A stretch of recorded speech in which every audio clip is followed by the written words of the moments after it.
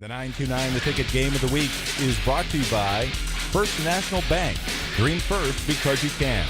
Quirk Auto Group. It's your car. Find it at Quirk.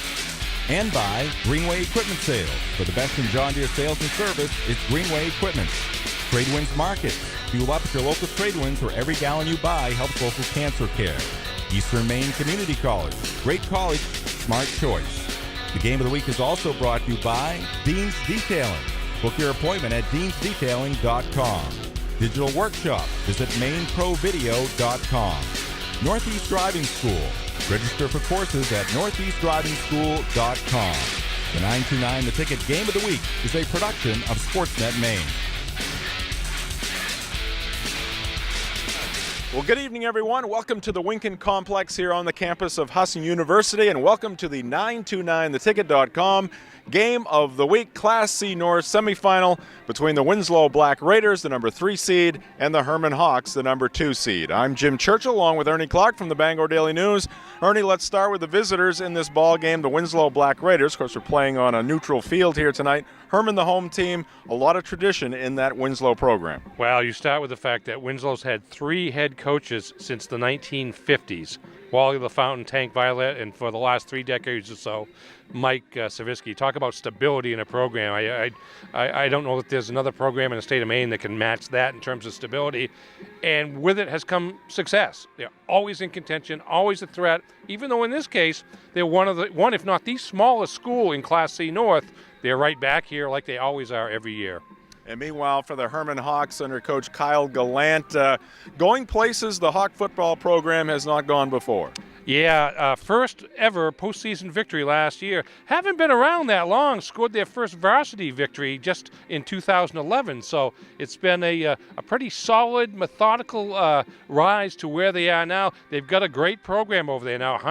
More than 100 kids in the youth system. Middle school teams, sub-varsity teams are having success, and obviously the varsity team with some great athleticism having great success. The best season that they've ever had so far at 8-1.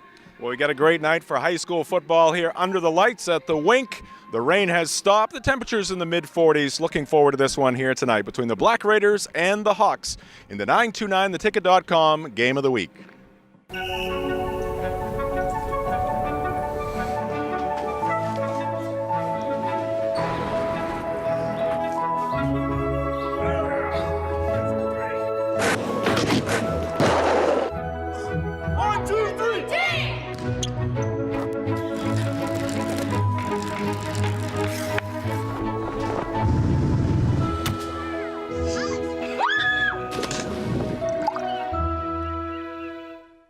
Exclusive savings are happening at a Trade Winds location near you. Save big with our happy hour specials every day from 4 to 6 p.m. Grab a family-size one-topping pizza, $6.99. Get 1 pound of our tender boneless wings, $6.99. A full pound of our locally famous buffalo wings, $6.99. Or 1 pound of our crispy French fries, just $2.99. Get this bundle deal and save 50%. Score even more with extended hours on Sunday at a Trade Winds location near you.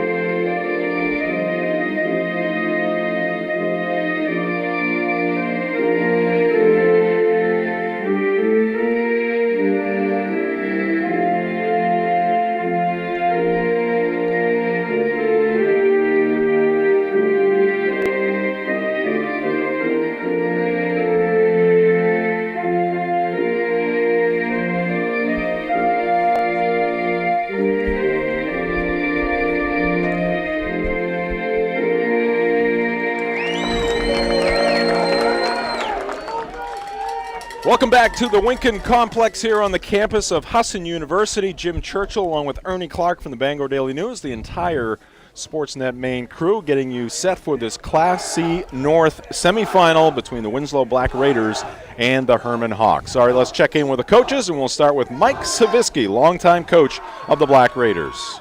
Mike, let's start with the tradition of Winslow football. Just talk about what that means to you.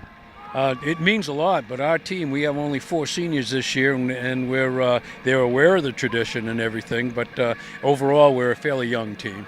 And let's talk about the youth on that team and also the character of your team, and just how would you describe your team this year?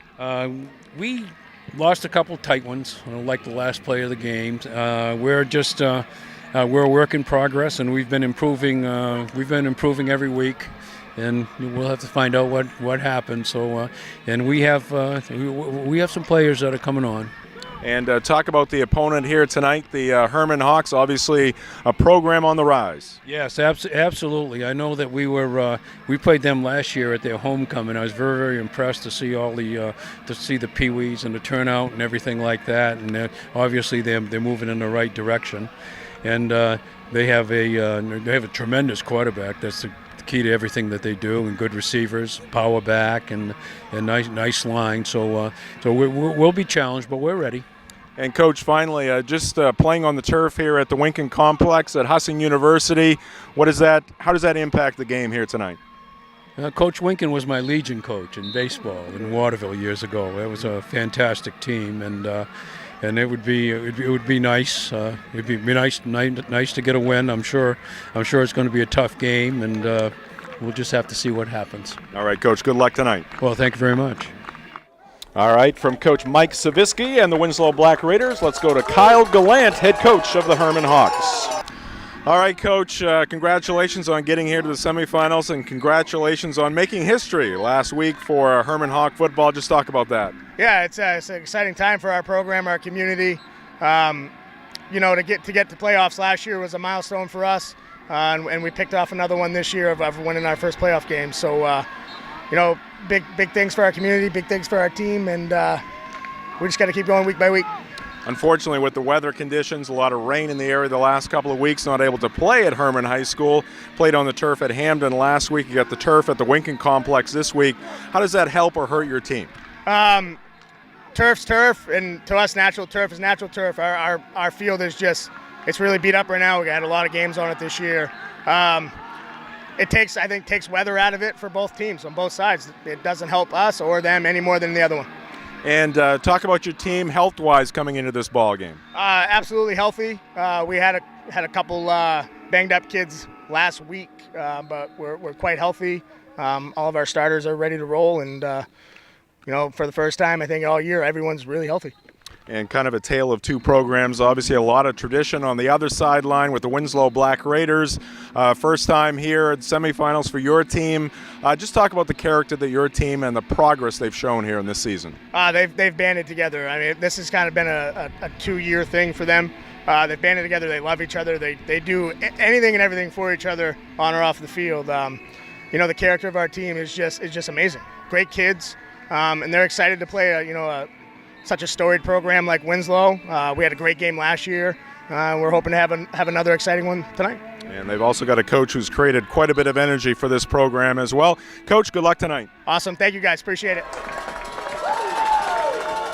All right, we are set to go here. The Hermon Hawks will be kicking things off to the Winslow Black Raiders. We are underway. Bit of a line drive kick, picked up around the 22-yard line.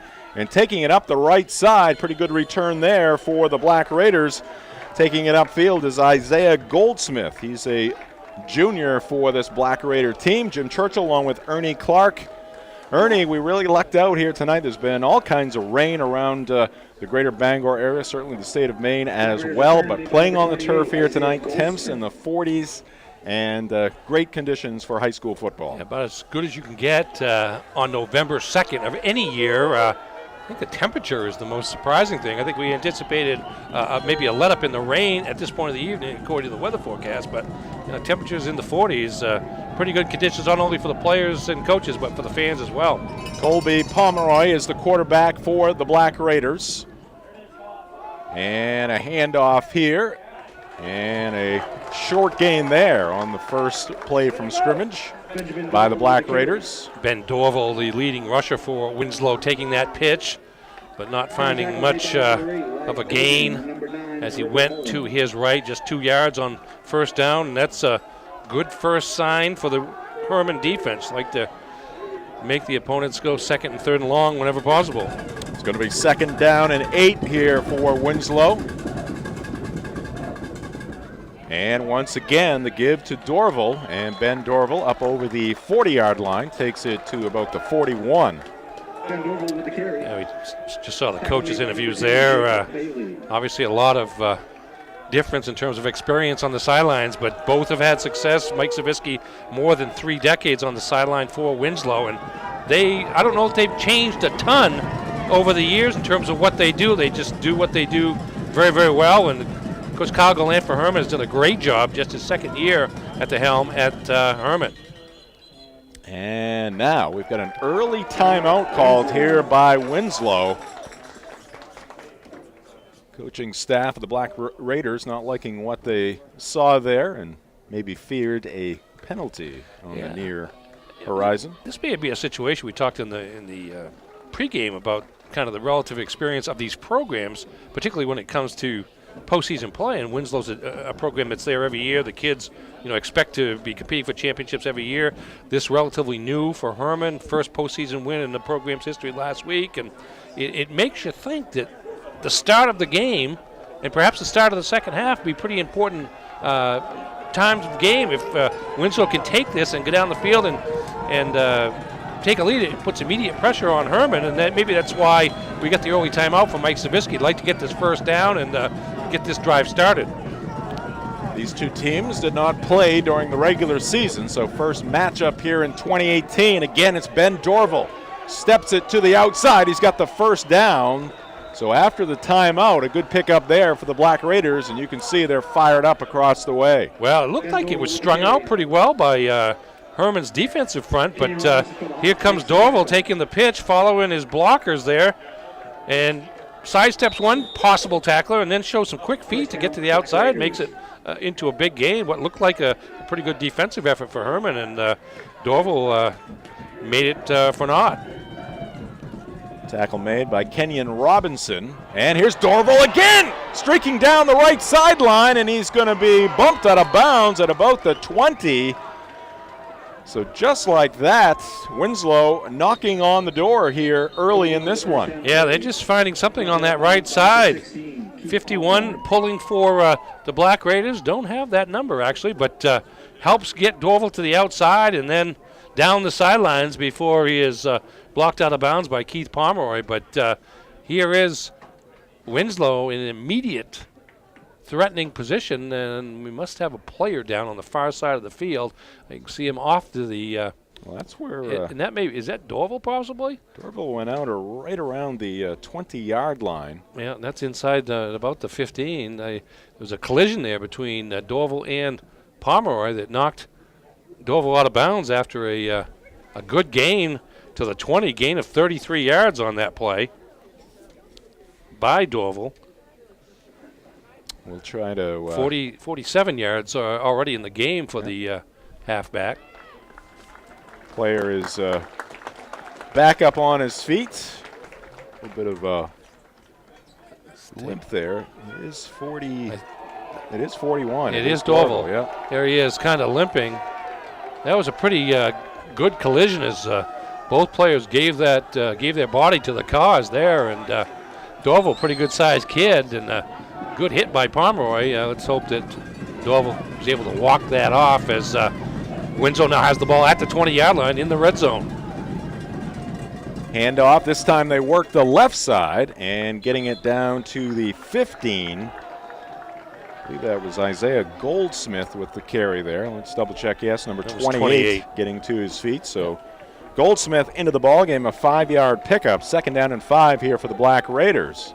Yeah, Dorval was the leading rusher last week in Winslow's quarterfinal win over Waterville, 163 yards. But Goldsmith had a couple of touchdowns too, so he's an able complement to Dorval, and a good gain on first down of 5 yards by the junior. Goldsmith, 51 carries now. 51 carries for 294 yards. Got a couple touchdowns. And now a pitch to Goldsmith. He's got some room on that outside, and he's heading for the pylon, but he's going to be knocked out of bounds about the 1.5 yard mark there on the near sideline. So right now, this Winslow offense liking the turf here at the Wink. Yeah, spreading out that Hermon defense. Went right with Dorval and now going left with Goldsmith.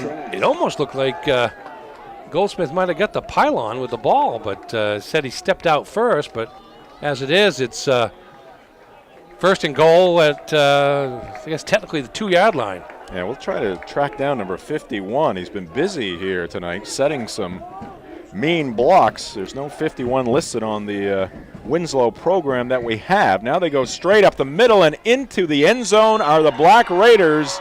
They score first here in this Class C North semifinal. Touchdown Winslow, and they lead it 6-0. Well, that was a pretty impressive drive. Nothing but going forward for the Black Raiders there. 7 plays and 65 yards. Simple quarterback sneak behind his line, and the line gets forward pressure into the end zone, and Pomeroy followed him for the first touchdown of the game. Running behind the line and also getting a little push from the backfield as well on the way into the end zone. Now Pomeroy on for the extra point. The kick is up, and it is good. What a start for the Winslow Black Raiders. They lead this one now 7-0, just 2.5 minutes into this ball game.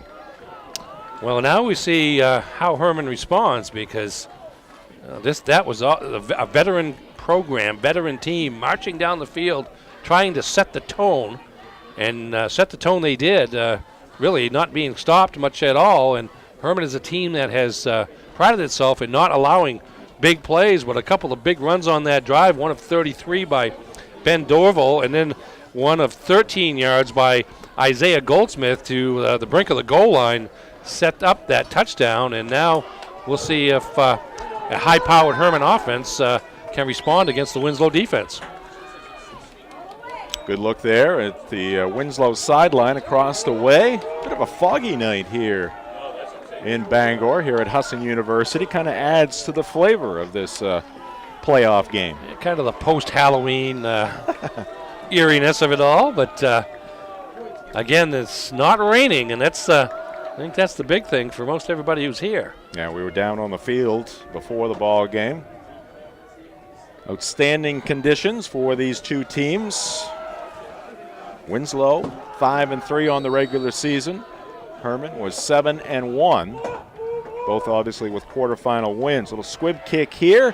It's going to be picked up at the 35, and Goldsmith quickly down to make the tackle on number 10, Jacob Bailey. Good field position, though, for the Hawks. Ball at the 37. It's about where Winslow started its drive.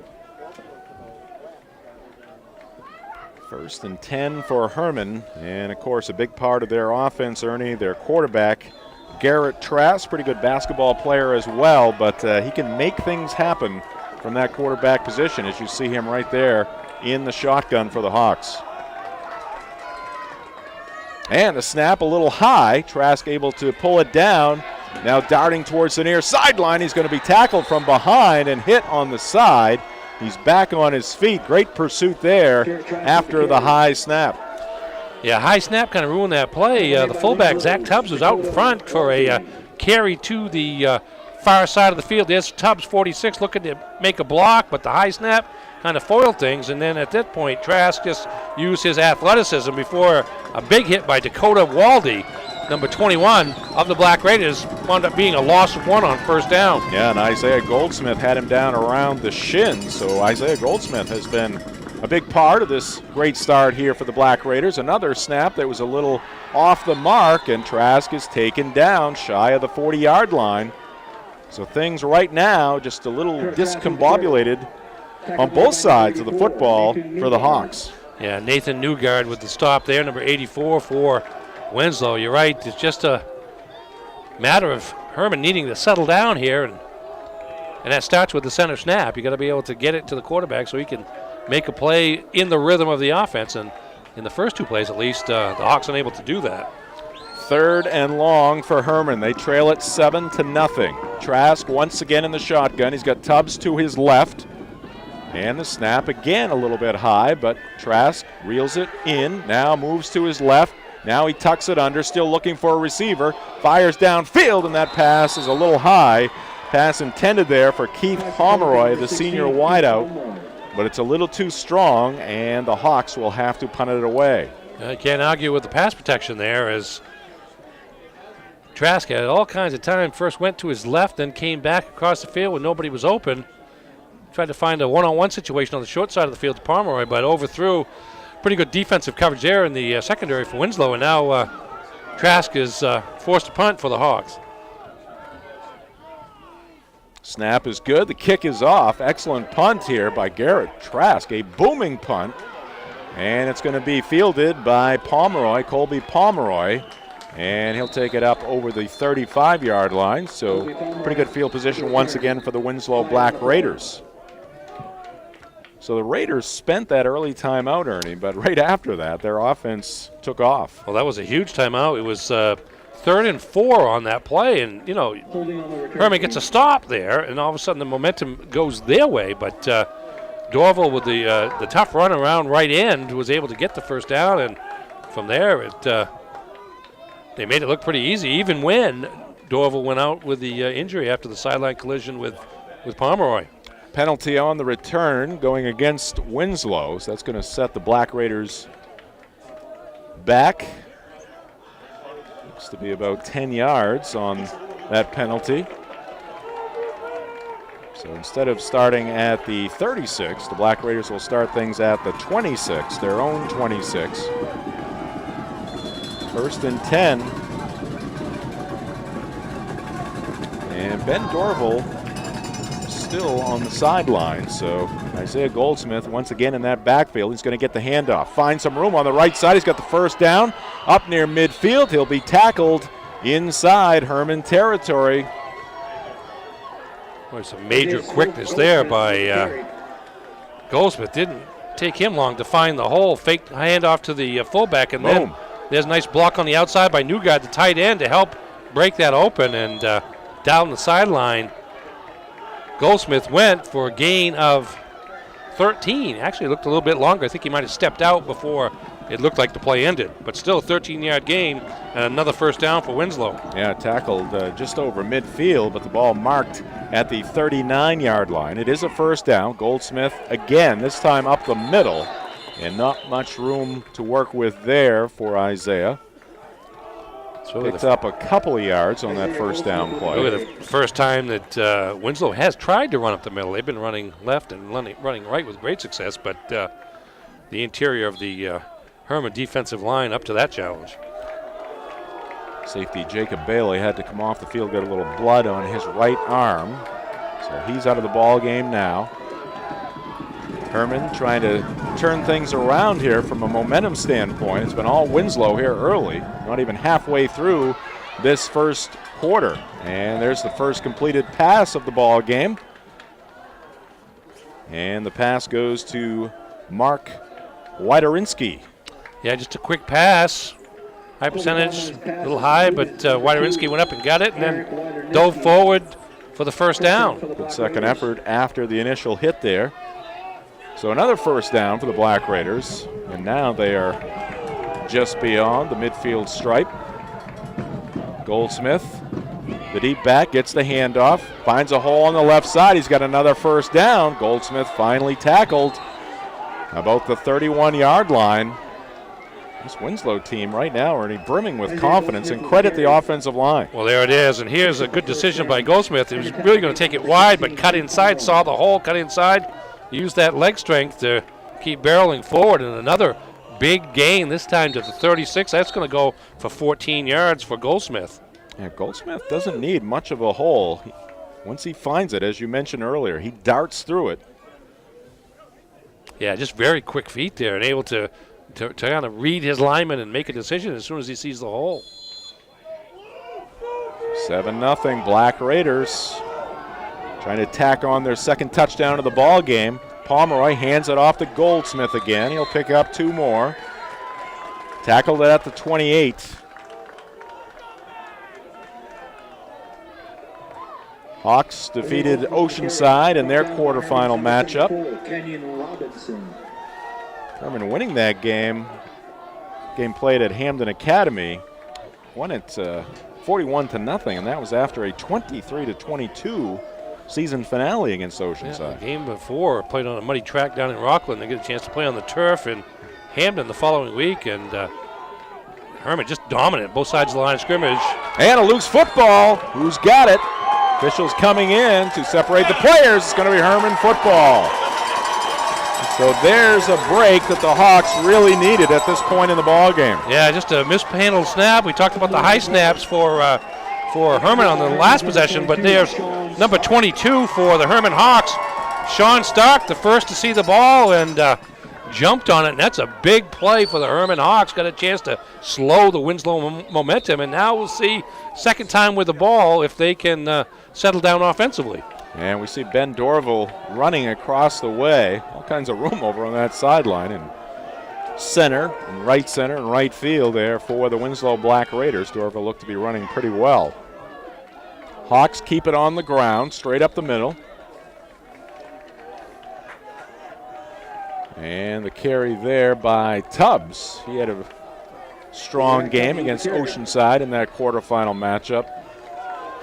Yeah, he's a big guy. 260-pound sophomore got his chance. River Mullen, starting halfback for Hermon, got injured, I think, early second quarter of that quarterfinal, and Tubbs was already getting some carries, but upwards of 150 yards as it wound up. He was just too much for Oceanside's defense. Mullen is in the back. There was a deep back there. Nothing on the right side for Trask. Now trying to find his way on the left side of the field. And he'll pick up about 4 or 5 yards on that play. Well, so far, some great pass defense by Winslow. They're not giving Trask a chance to find anybody open, even though he gets some time. He noticed he didn't have anybody open as they had flooded the left side of the defense, and so he went the other way and got what he could. Yeah, we saw this Hermon team earlier in the regular season against MDI, and Trask, it seemed like on alternating plays, was rolling out to his right, then rolling out to his left. Here against Winslow, at least to this juncture, has not been able to make much happen from the quarterback position. So now time is called by Hermon. Kyle Gallant said, hey, it worked for the Black Raiders. I'll give it a shot. Well, and it's nearly as important, too, because Hermon needs to establish an offensive flow, and you do that by getting first downs. We're 3rd and 4 in this situation, just as Winslow was 3rd and 4 when Mike Savitsky called the timeout on the Black Raiders' first possession. Worked out great for Winslow as they were able to get that first down and march down the field. Now we'll see if Hermon can at least do the first part of that and get their initial first down of the game.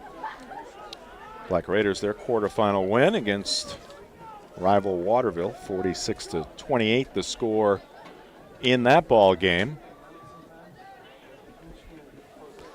And let's take a closer look here at the Hermon Hawks, of course, coached by Kyle Gallant. Just a few years ago, 4 seasons ago, this Hawk program was 0-8, 2-6, the progress last year, and now in the semifinals this year. And you see the great numbers there by Garrett Trask, their quarterback. Yeah, just a dynamic two-way player. First team all-conference on both offense and defense last year, and no reason to think he won't be again this year, too. Hermon's first victory as a varsity football program came in just 2011, so that tells you a little bit more about the newness of the program.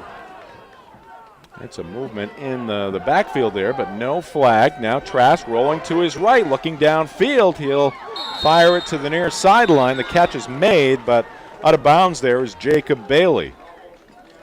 You said it, Ernie. This Winslow defense giving Trask no passing lanes. He's looking downfield and seeing a bunch of orange and black and white. Well, they're going to trust their front seven to contain his running. Had 700 yards or so during the regular season and passed for nearly 1,100 yards. And they're going to take away the pass, and so far, so good for Winslow. That was a nice effort by Bailey, I believe it was, to try to get a foot down inside before he, as he made the catch, but couldn't do it. Another pretty good kick here, and it takes a Hermon bounce, and it'll be touchdown at about the 27-yard line. So second punt of the ball game for the Hermon Hawks. That is not something they are used to doing here, especially twice in the first quarter. No, not at all. Looked like Dorval was running pretty well there across the way moments ago. We'll have to wait and see if he's out there for the snap now, but Black Raiders have not skipped a beat with Isaiah Goldsmith. Yeah, exactly. In the backfield. Goldsmith with 52 yards rushing here with 4 minutes and 5 seconds left in the first quarter. So as you said, picked up right where Dorval left off, and it looks like it's still Goldsmith at tailback. No, actually it's it's 20. It's Cody a 20. Ivy. Okay. And he's going to be stacked up. The carry actually by Rob Clark. So in the backfield it was Ivy and Clark.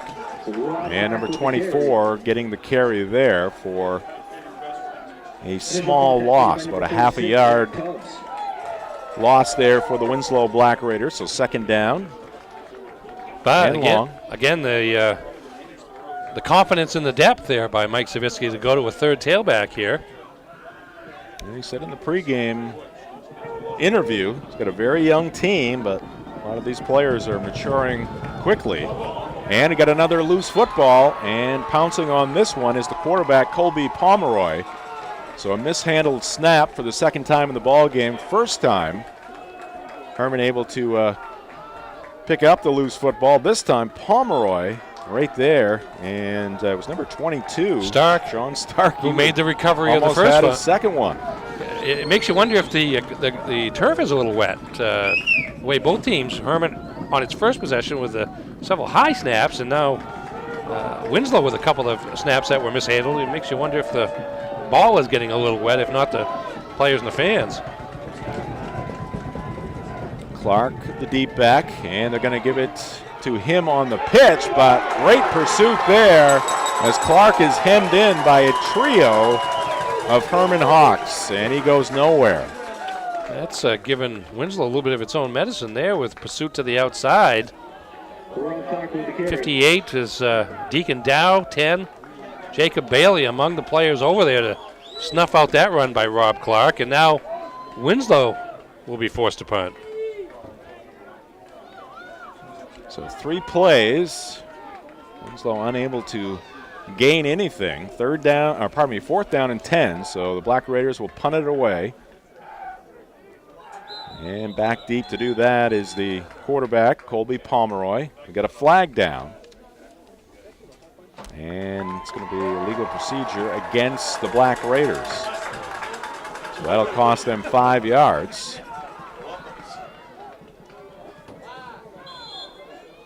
And at least in the field position game, things are starting to turn around a little bit here for the Hermon Hawks.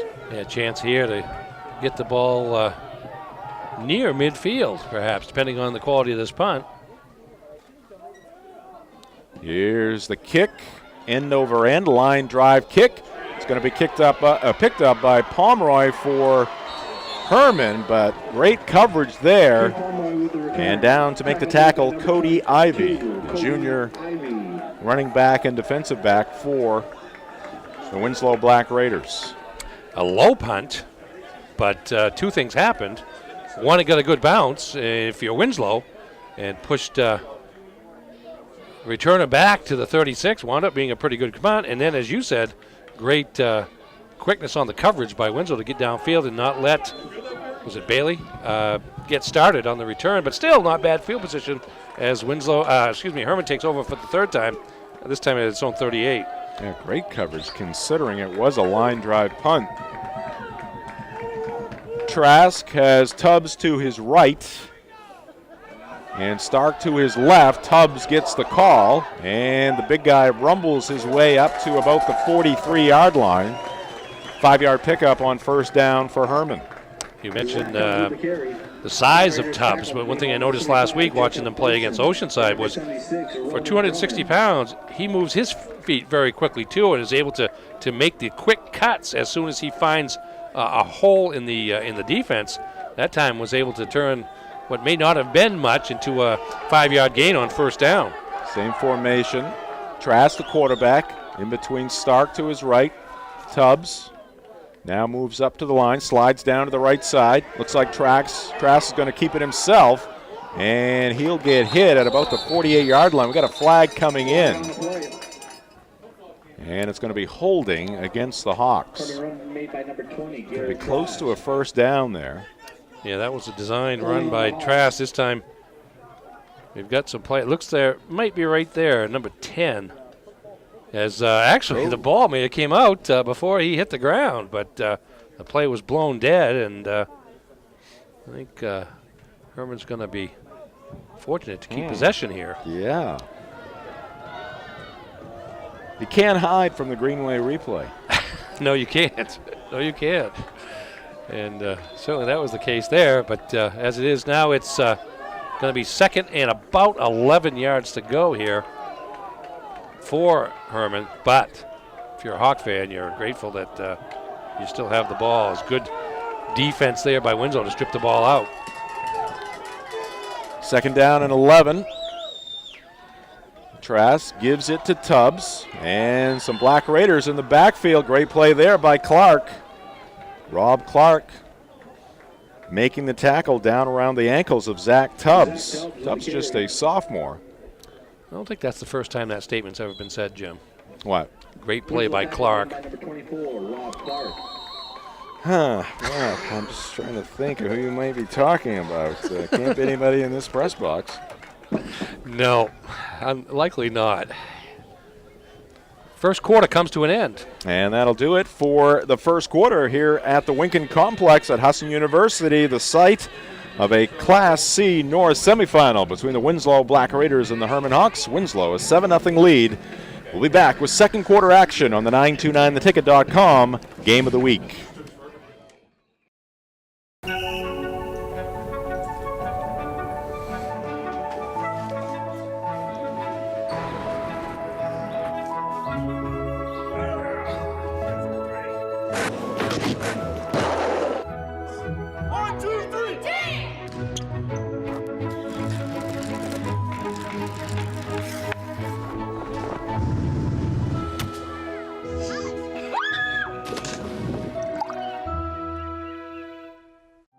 It's your Monday morning and your Friday night.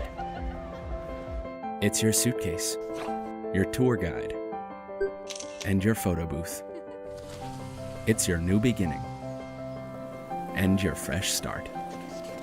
It's your library, your hotspot, and your movie theater. It's your car. Find it at Quirk. Welcome back to Husson University. Hermon with the football, and Garrett Trask, their quarterback, bangs his way for a gain of about 4 on that third down play. So it's going to bring up fourth down and about 6 for the Hawks. Scoreless in the first quarter, and they're going to have to punt the football away for the third time. Total yards in the first quarter, Winslow 115, Hermon 15. So in a sense, you might say they're fortunate to be within a touchdown if you're Hermon. Turnover by Winslow on the bad snap had something to do with that. Yeah, Winslow was marching down the field once again. Another good punt by Trask. A one-hopper picked up by Pomeroy. Escapes one defender, loses the football. Let's see who's got it.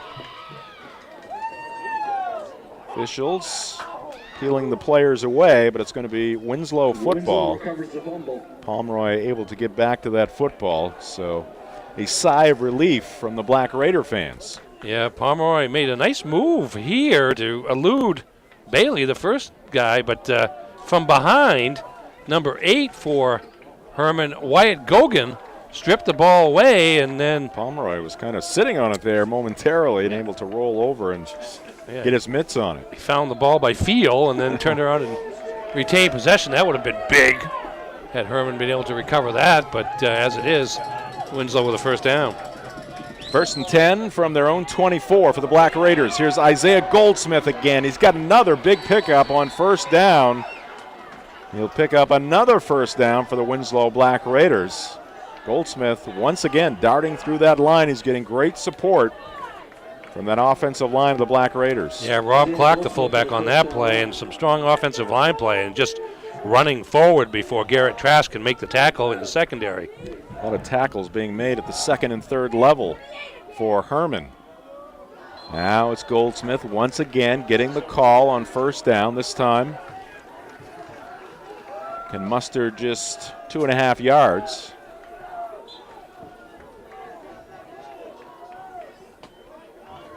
And you see Dorval over there walking around.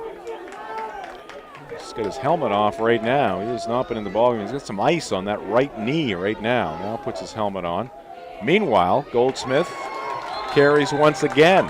And a better job here, at least through the first 2 plays of this set of downs for Hermon. Another 2.5-yard pickup there for Goldsmith. So third down and 5. Alec McGuire in the middle of that defensive line. Got a hand on Goldsmith, but wouldn't let go.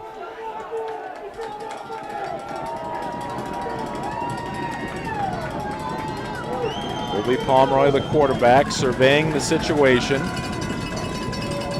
Under center's got Clark in the backfield. Here's the pitch to Goldsmith, and we got a flag down, and we got plenty of penetration there from the Hawks.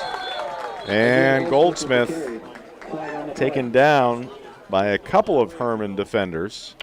Yeah, Going to lose a little there, but a flag is also going to be called against the Black Raiders. I think that might have been a hold on the tight end here. Faked the handoff to Clark, the fullback. Got the ball, or there's certainly a block in the back there by number 84. And got a little jersey there. Yeah, that too. And so now it's going to be 4th down if they decline the penalty. And they are going to decline it. It's going to be 4th down and 5. Penalties declined. Which is the proper call. It's not on your own side of the field. You're not going to take that chance, especially with your starting tailback on the sidelines. So Pomeroy will be back in punt formation. Although as a quarterback, you never know, right? That is the advantage of having a couple of quarterbacks doing the punting in this ball game. Trask for Hermon, Pomeroy for Winslow. Here's the kick by Pomeroy, end over end. Lands at the 35, goes out of bounds at the 34. And that's where Hermon will start in this possession, trailing this ball game 7-0.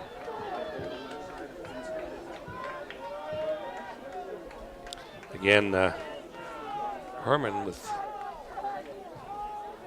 just 19 total yards at this point of the game, and they have been a high-powered team all along. The good thing for Hermon is that they're only down by a touchdown, and so there's not any need for drastic measures as you try to continue to probe the Winslow defense and see what you can come up with. Trask in shotgun formation. Couple of receivers to the left. He's got Tubbs to his left in the backfield. Trask going downfield, steps up, fires, and the pass is incomplete. Great defensive play there by number 14 for Winslow. That's Jacob Berard. And now we have the late flag coming in, so we may have very late flag. May have some pass interference. If it is, it's only a 15-yard penalty, but certainly for Hermon, any gain is good. We'll see what the call is here. Well, they're going to wave it off after a conversation. The flag came from way back upfield, and there was a referee or an official in the vicinity there that seemed to be in position to make the call. And as it turns out, he was backed up, and it's going to go as an incompletion. Receiver had good position there, but number 14, Berard, was able to make just enough contact and reach around to knock that down and prevent it from being a completion. Jacob Berard, just a sophomore, so 2nd down and 10 for the Hawks. And here's Trask, going to take it himself, zigging and zagging his way through that Winslow defense, and he'll fall forward across, or actually be marked down at the 45-yard line, so that's going to be a 1st down. Yeah, this is part of what Trask does. He's a very patient runner, wait for his blocks to set things up, and that time was able to cut back after initially going to his right and then just diving forward for the last 5 yards. That gain goes for 11 yards and a 1st down. Hermon trying to pick up their 2nd postseason ever as part of their football program. Started what was it, about 8 years ago? Yeah, the first win was in 2011 as a eligible varsity program. So, and they had played a couple of years before that, not being eligible as part of the developmental process. 3-yard pickup there on first down. Trask with the carry. Trask with the carry on first down. 2nd and 7 here for the Hawks. Great conditions here tonight at Husson University. We're happy to be in this expansive press box, I know that. I'll tell you what, pretty good view from the 50-yard line here. Trask slings it to the near side, and the pass is incomplete. And we got a false start here against Hermon. Pass intended there for Keith Pomeroy. So the penalty against Hermon will cost them 5 yards. But that was just another way of trying to get some of those talented wideouts involved in the offense there, rather than having them go down and challenge the defensive backs. Take a step back, throw the quick pass, hopefully have a blocker or two out there and see what you can make out of it. Getting them in space. That's one of the phrases of the day, phrases of the times. Guess I'm showing my age by not using it, huh? 2nd and 11. Hawk fans with the cowbells down below. Trask started left, turns back to the right side. He'll advance the football up to the 49-yard line of the Hawks, so a 5-yard pickup. 3rd down and 6 coming up here for Hermon. Yeah, again, good recognition of the way the hole was, the lane was by Trask, but just great, quick pursuit by the Winslow defense to prevent that from being a bigger gain. Big play coming up here. Hermon trying to gain some momentum, get the ball in Winslow territory here.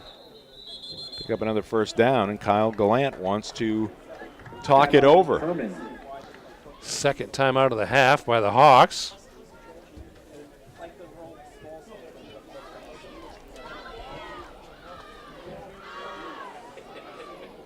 The other Class C North semifinal, we'll get to that in a minute, but just looking at the Winslow Black Raiders here, head coach Mike Savisky, many decades as the head coach. Yeah, I believe more than 3.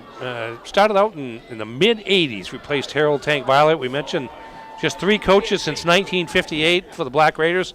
The first of those 3, Wally the Fountain, is over in the booth next to us to our right as part of the coaching staff. He coached from 1958 to 1969, then Harold Tank Violet, and now for the last 30-odd years, Mike Savisky. Yeah, you see a lot of competitive games on there. The 3 losses, Gardner, Lawrence, and MCI. These 2 teams did not play during the regular season, as we mentioned earlier. No, Winslow with just 1 loss in Class C North. Gardner, a 5-point loss. Gardner's in the Class C South semifinals, and Lawrence is in the Class B semifinals against Skowhegan tonight. Trask looking to go to the air. Instead, he's going to have to pull it down, tuck it under his left arm, and head to the near sideline, but he'll be well short of the first down.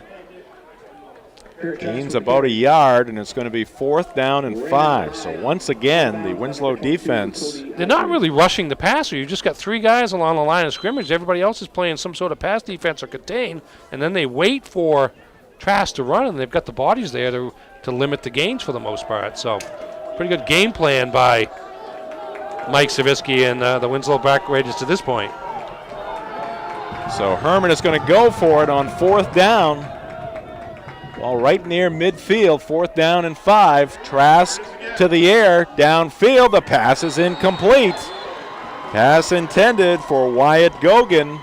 Once again, great defense by Winslow. Pretty good pass by Garrett Trask there. Gogan just able no to separation. Get a handle on it, but get a hand on it. But as you said, there's a Winslow defensive back right there to pressure the reception and pass just a tiny bit out in front of Gogan, and he couldn't come up with it. And so now 6:45 left in the first half, and Winslow gets to start out from midfield. Gamble taken there by Kyle Gallant. Did not work out this time around, so Winslow already leading the ball game 7-0. They led it 7-0 with 9:30 left to go in the first quarter. The defenses have stepped up over the last several minutes, and a good stop there by Hermon. No gain on first down for Winslow. No, and kind of makes you wonder whether we'll see Dorval again. I think as long as Winslow's in front, they probably won't see the need to use him. But there's not much more separation right now than that 7-0 lead, as both defenses are starting to flex their muscles. Handoff to Clark, and nothing doing there. He's stacked up at the line. Yeah, that was Sean Stark again, number 22, one of the leading tacklers for Hermon. Has a nose not only for the ball, but for the ball carrier. And that time, Clark was not able to get started. So the Hermon defense has picked it up ever since that fumble recovery, making things difficult for the Black Raiders. 3rd and long once again, 5:40 left to go here in the first half. Jim Churchill along with Ernie Clark, thanks for joining us here on the 929theticket.com Game of the Week. Pomeroy rolls to his right. Pass intended for Rob Clark, but it's going to be incomplete. And now some extracurricular activity in the backfield after Pomeroy threw that football. He was knocked to the turf, and Isaiah Goldsmith coming to his defense. So Winslow had two receivers open, two receivers on that right side, and number 2, Witterinsky, was the deep receiver on that play. Actually got a little bit of separation, but because Pomeroy was on the run and being chased by Hermon defenders, wasn't able to get enough on the football, so he settled for the shorter route to Clark and just overthrew the play. Colby Pomeroy will kick it away.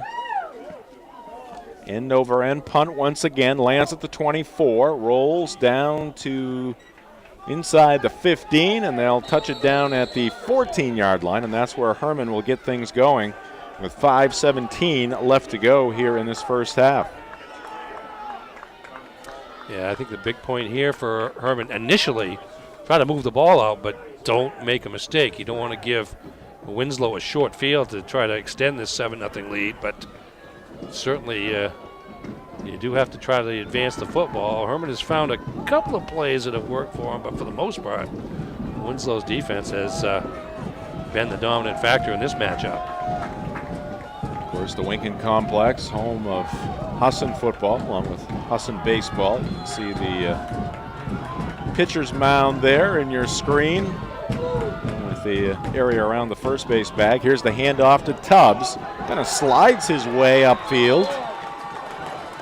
He's got some nimble feet there, Ernie. He really does. I mean, and you see the short choppy steps there. Was able to keep the play going and then leaned forward, turned what didn't look like much at the beginning into a 6-yard run on first down. You just see him chop, try to sneak his way to the outside. Almost broke the tackle, but good work there by Winslow to prevent that from being a longer game.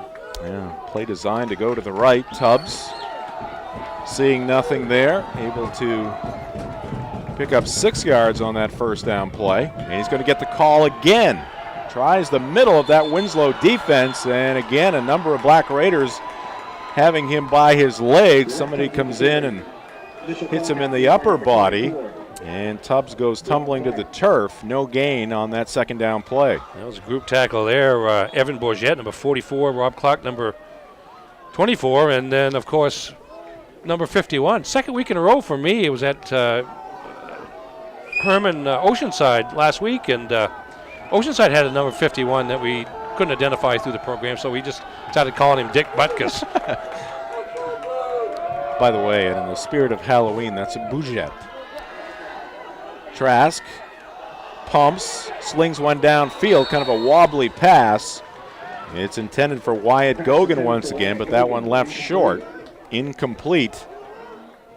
And it's going to be 4th down and 4. Did you ask about that? I did. Okay, because there are Bourgets down there too. Having spent more than a decade living down there and fine sports. gentleman had a Winslow No, we'll go with it. Logo We'll go on with his it. jacket. The name has evolved over time, apparently. All right, Kyle Gallant can't gamble in this situation. Deep in his own territory, all kinds of time left, 3:50. Another excellent kick by Trask on the punt, and Colby Pomeroy fields it and heads to the near sideline. He goes out of bounds, and the ball is going to be put at the Hermon 48. So once again, great field position for Winslow. 7-0 Black Raiders in this ball game. Mike Savisky, the head coach, is assisted by Pete Boldick, Wes Littlefield, and Ken Nato. The athletic director at Winslow High School, Jim Burgoyne. Veteran coaching staff. They're all, I believe, all Winslow High graduates. Here's the give to Goldsmith. Another big pickup on first down. Isaiah Goldsmith has taken over for Ben Dorval, and he's had a tremendous first half. Faking us out there. That was the great anticipation. The fakery play there, but Goldsmith going off right tackle and then stretching it out for 7 yards on first down.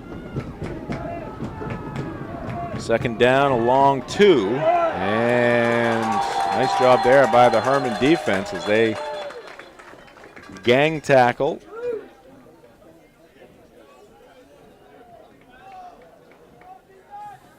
And once again, it's Goldsmith getting up off the turf. That was number 10 for Hermon. Jacob Bailey on the bottom of the pile. A couple of teammates helping out at the top of the pile. But good stop there. Lost a half a yard on that play. The other half, the Class C North semifinal action. Nokomis and MCI. Those two teams put on a great show in their last game, an overtime win for MCI. It's down in Pittsfield during the regular season. We'll see what happens in the postseason between those two programs. Short pickup. It's going to take the football down to the 40. 4th down and 1 for Winslow. Conservative call on third down, but Black Raiders will go for it here on 4th and a long 1. 3 Black Raiders in the backfield, but it's going to be the quarterback sneak. Straight ahead Pomeroy. He's got the first. So they'll move the chains forward along the far sideline. That's just line surge there by the Black Raiders. Big number 77, Cameron Winslow. Senior tackle among the forces that push the pile forward. First down for Winslow and the clock running. Minute and a half left to go here in the first half. Winslow trying to add to their lead. Pomeroy turns, hands it off to Goldsmith. Goldsmith will pick up 3, but he's taken down hard right around the 35-yard line. Pursuit there by Winslow. Again, gang tackling there. 57 is Isaiah Gage with a hit. Garrett Trask also in on the action. So second down and a long 7 here for the Black Raiders. Pomeroy, the quarterback. He's got Clark and Goldsmith behind him. And he's going to hand it off to Isaiah Goldsmith. And he'll take it down to the 30. Just about at the second base bag. We'll say this, and they're not in position to do it yet with just 47 seconds left as Winslow takes its second time out. Each team with 1 left. But Winslow has a tradition of place kickers. And I'm not sure, well, Pomeroy kicked the extra point. So if you get the ball down there another 10 or 15 yards, we might see something along those lines before the end of the half. Field goal, the way this game is evolving, not necessarily a small play, makes it a 2-possession game going into the half with Hermon getting the ball to start the third quarter. Obviously with the field turf, great conditions for a field goal attempt if it comes down to that. Stay tuned for the halftime report. We'll have some first half numbers along with the highlights here in the first half. Ben Dorval across the way, still with the ice on the right knee, and he's put on his Black Raider jacket across the way, so it looks like his night is done for Winslow. Meanwhile, Isaiah Goldsmith is having quite a night. Goldsmith out of the ball game right now. Rob Clark, the deep back. The fake to Clark, pressure coming from the left side. Scampering to the left is going to be Pomeroy. Can he escape? No! Excellent pursuit there by Sean Stark in the middle of the action once again, as number 22 for the Hawks able to track down Colby Pomeroy, and a big loss there for the Black Raiders. Yeah, good initial pressure there by big number 58, Deacon Dow, sent Pomeroy scrambling, and then Stark finished off the sack. That's a big loss. Loss of about 8.5, 9 yards, and now with the clock winding down, Winslow uses its final timeout, so we'll see what they try to do as they're also at a 4th down, and after a 3rd and 2, we're now at 4th and about 11. So we'll see what the Black Raiders have in store here. First sack of the game for either team. I think if you're Winslow, you take a shot at something. Yeah. Mike Savitsky known a little bit for the hook and lateral, so. I don't know. It looks like No, the Black Raiders are going to punt the football here. At least again, Pomeroy, the quarterback, lining up in punt formation. That would be probably the safest route. It's just to kick the ball downfield, maybe out of bounds. They do kick it, and it's off the side of the foot. And it's going to go out of bounds at about the 22-yard line, so not a great kick there by Pomeroy, but a long way to go for the Hawks with just 27 seconds up on the clock here at the Winkin Complex. Thanks for joining us here for the 929theticket.com Game of the Week. Jim Church along with Ernie Clark from the Bangor Daily News. Our great Sportsnet Maine crew led by Kim Mitchell from Digital Workshop. Got Mark Paulette, Adam Hodge, Aaron Jackson, Jay Baines on the job here tonight. I sent Adam on a food run, Ernie. Unfortunately, you and I have been very busy ever since the food came back, as has Jay Baines. I suppose there are others less busy that have taken advantage of that situation. I've seen one or two of them chewing on something down there. Here's Trask. All kinds of time. Steps up, fires it to the right side. Pass is complete. It's caught there by Gogan. And the sophomore goes out of bounds beyond the 40-yard line, right at the 40-yard line. 1st and 10 for Hermon. First completion of the game for Trask. Well, 1 for 5, but again, you see the 3-man front for Winslow defensively not bothering to charge after Trask. Worried about his speed and ability to get by him if they come at him, so they're just settling there in case he does decide to take off and run. So Trask had all day. And more time here for Garrett. He slings this one downfield. That's going to be incomplete. That one intended for Keith Pomeroy. So it'll be 2nd down and 10. A lot of confidence Mike Savitsky has in his secondary, obviously. He's putting those guys out there one-on-one. You've got the 3 linemen standing and kind of squaring off with the offensive line of Hermon on these pass plays. Then you see the 3 linebackers in behind. Again, it's all about containing Trask if he tries to scramble. And so that leaves basically 3-4 wide receivers against 3-4 defensive backs. And Winslow's secondary has been up to the task. As you said, the 3 men on that defensive line for Winslow, including Jacob Bisson and Nathan Newgard. To track down number 51, but just kind of holding their position, keeping their eyes on Trask, trying to contain him. Now some pressure coming, and an incomplete pass, well short of the intended receiver. As the pressure coming from the blind side there on Trask, flushing him out of the pocket. Yeah, Trask ultimately just threw that ball away. Take his chances here with 3rd down, 3 seconds left, 1 play left. Had to haul out the playbook, maybe. Tell you what, the way this game started, I don't know that I expected it to be 7-0 at halftime, that's for sure. Both teams still in it. Two high-powered teams, both average over 30 points a game, just 7 scored here in this first half.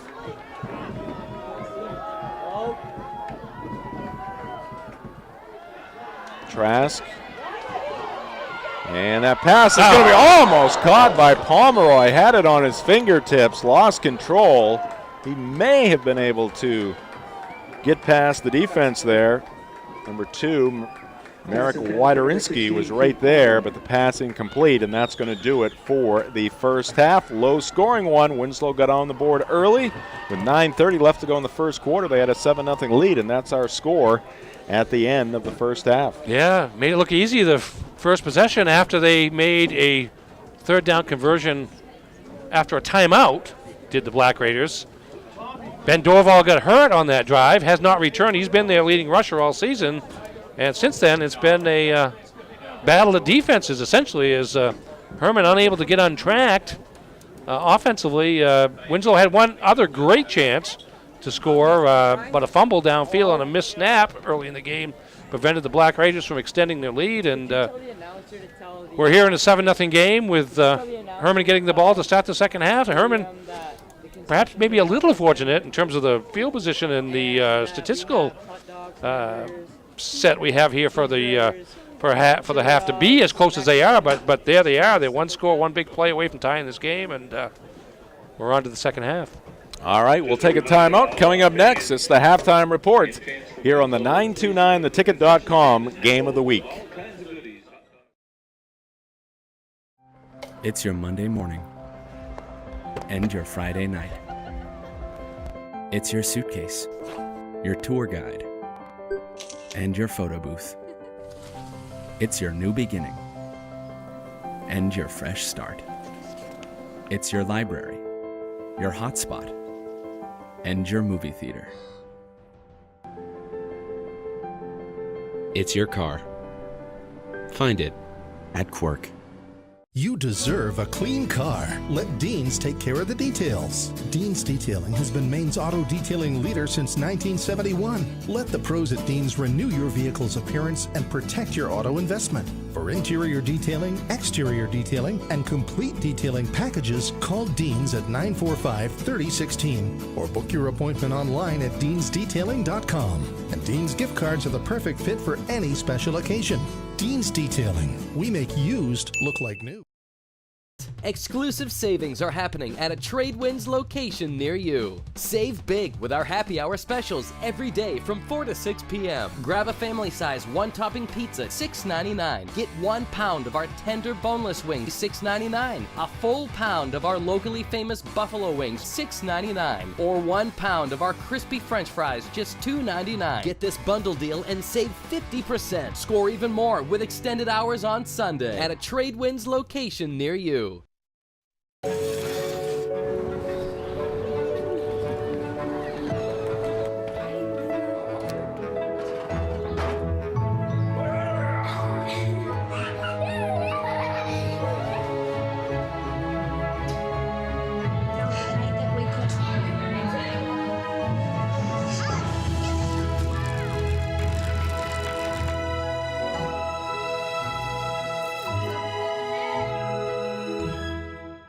You aren't typical, so why should your college experience be? At Eastern Maine Community College, we value your expertise. We know that classrooms aren't the only place to learn. Your military or work experiences may qualify as credit. We value your time. Our flexible scheduling and multi-locations make it possible to go to class where you work and live. We value your wallet. We offer the lowest cost per credit hour of any school in the state. We're not your typical college experience. Be who you want to be. Start at EMCC.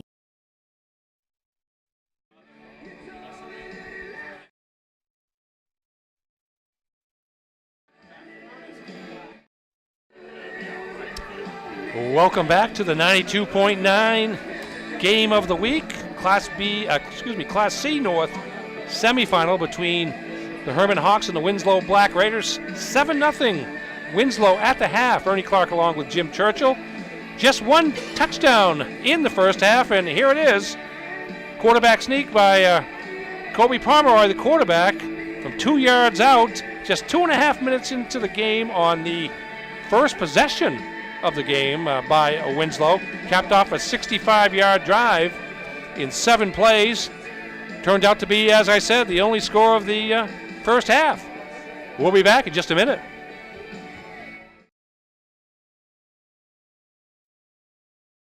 It's your picnic table and your park bench.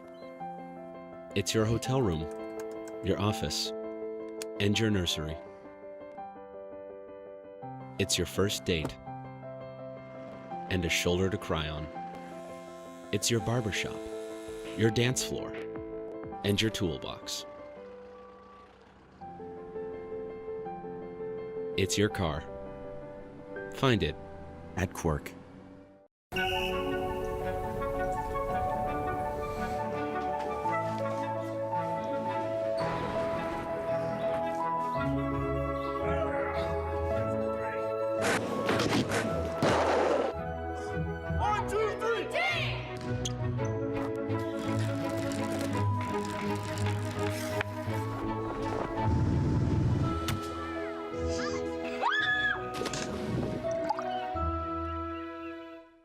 You aren't typical, so why should your college experience be? At Eastern Maine Community College, we value your expertise.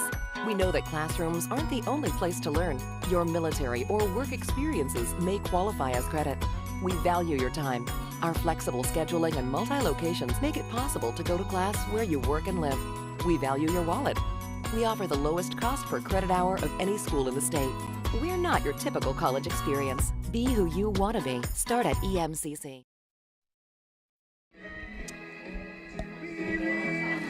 Welcome back to the Winkin Complex. It's halftime of our 92.9 The Ticket Game of the Week.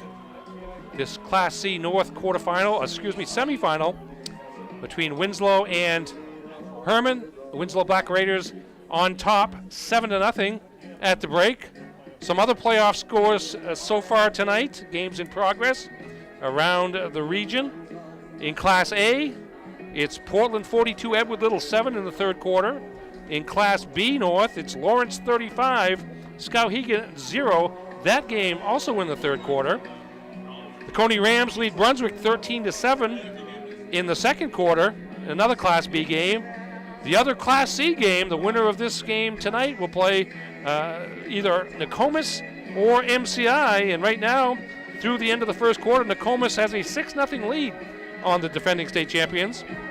And in Class D North, the LTC, the top-seeded and undefeated Foxcroft Academy Ponies with a 14-0 lead over Washington Academy in the second quarter. The other Class D North semifinal scheduled for tonight between third-ranked Madinock Academy of Lincoln and the Bucksport Golden Bucks. That game originally scheduled to be played tonight at Bucksport, but had been postponed and now will be played on Monday at 6 o'clock down at Carmichael Field. 7-0 Winslow at the half. Few statistics for you here. For Winslow, 141 total yards, 132 on the ground, 9 through the air. Isaiah Goldsmith coming on to replace the injured Ben Dorval, 13 carries, 84 yards. Dorval, before he got hurt, 4 carries, 47 yards. Kobe Pomeroy, the quarterback, 5 carries for -1 yard, but did score the Winslow touchdown. Rob Clark, 4 carries for 2 yards. And again, that's a total of 132 yards on the ground, 1 of 2 passing for Pomeroy for 9 yards. For Hermon, held to just 64 total yards, 46 of that on the ground. Garrett Trask, 9 carries for 32 yards. Zach Tubbs, 5 carries for 14 yards. And then Trask, 1 of 8 passing for 18 yards. So Hermon limited to just 64 total yards in the first half, and there's no secret why they're without points here as we head toward the third quarter, although Hermon will receive the second half kickoff after Winslow won the toss, took the kickoff to open the game, and actually drove down the field 65 yards in 7 plays for the game's only touchdown. Another score of note, Hockey-wise, college hockey, Hockey East, the University of Maine with a 3-2 lead over UMass Lowell. That game in the second quarter as well. UMaine 0-1-1 in Hockey East play, looking for their first conference victory tonight up at Alfond Arena. 7-0 Winslow at the break. We're going to take a break. We'll be back in just a moment. Exclusive savings are happening at a Tradewinds location near you. Save big with our happy hour specials every day from 4 to 6 p.m. Grab a family size one-topping pizza, $6.99. Get 1 pound of our tender boneless wings, $6.99. A full pound of our locally famous buffalo wings, $6.99. Or 1 pound of our crispy french fries, just $2.99. Get this bundle deal and save 50%. Score even more with extended hours on Sunday at a Tradewinds location near you.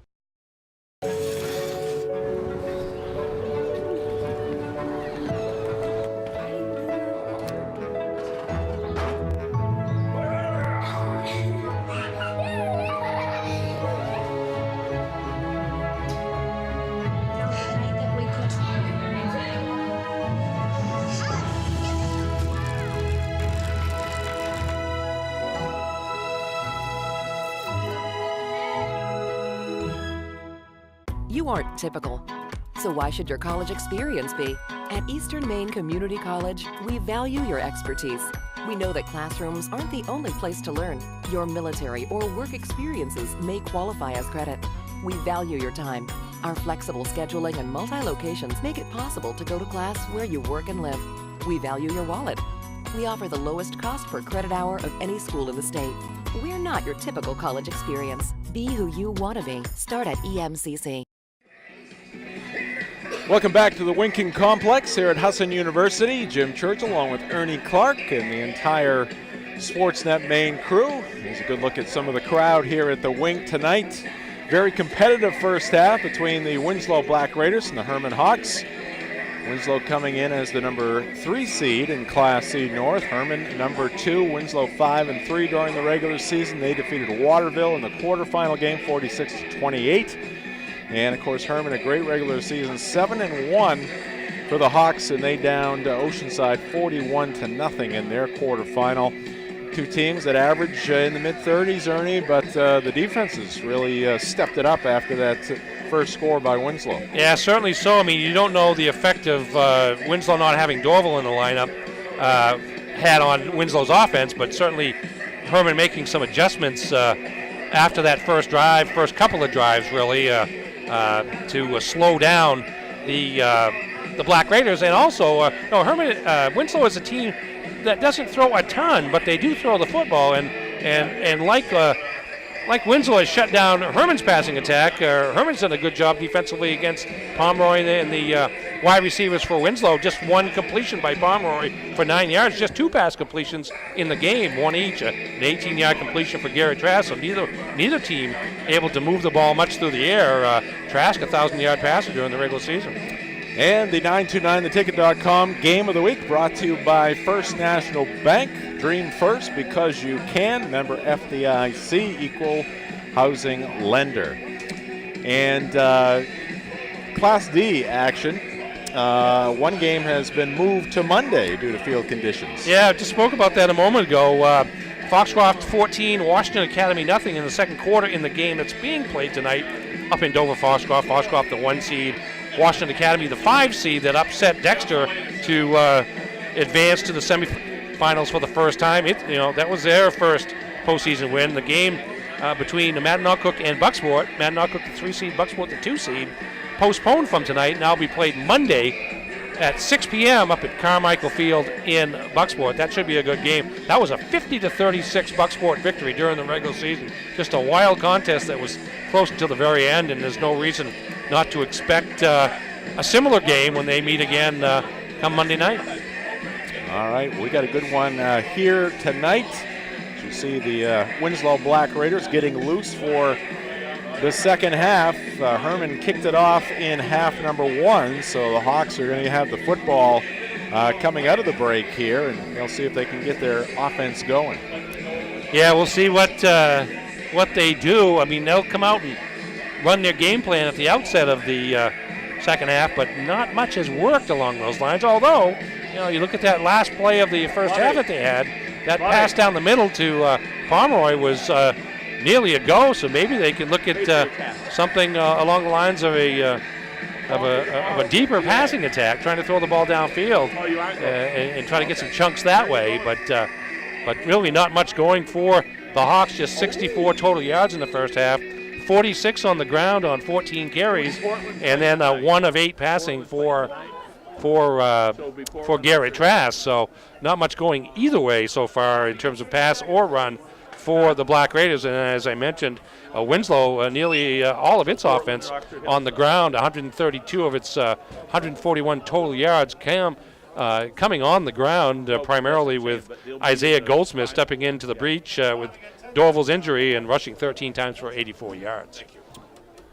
The 929theticket.com game of the week is presented by Quirk Auto Group. It's your car. Find it at quirkauto.com. Jim Churchill, Ernie Clark. Ernie, I'm a little bit distracted because it's like deja vu all over again for me. As I look behind me, there's a couple of faces, some blasts from the past, and a couple of guys who used to really give me a hard time. Oh, I thought you were going to say you thought you were at a Hall of Fame ceremony. Oh, no. Oh, no? Nothing like that. They're just, look at them. They're just menacing. Yeah, well, I think they're kind of protecting us, actually. I'm going to take the positive route.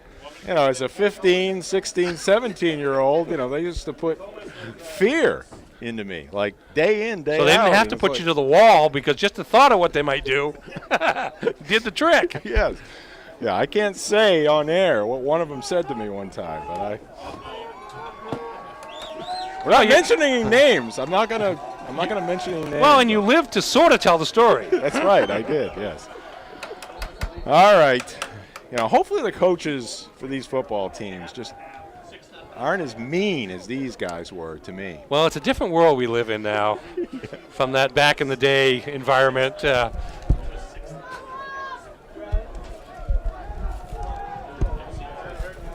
Got a lead for Nokomis at the half, 6-0.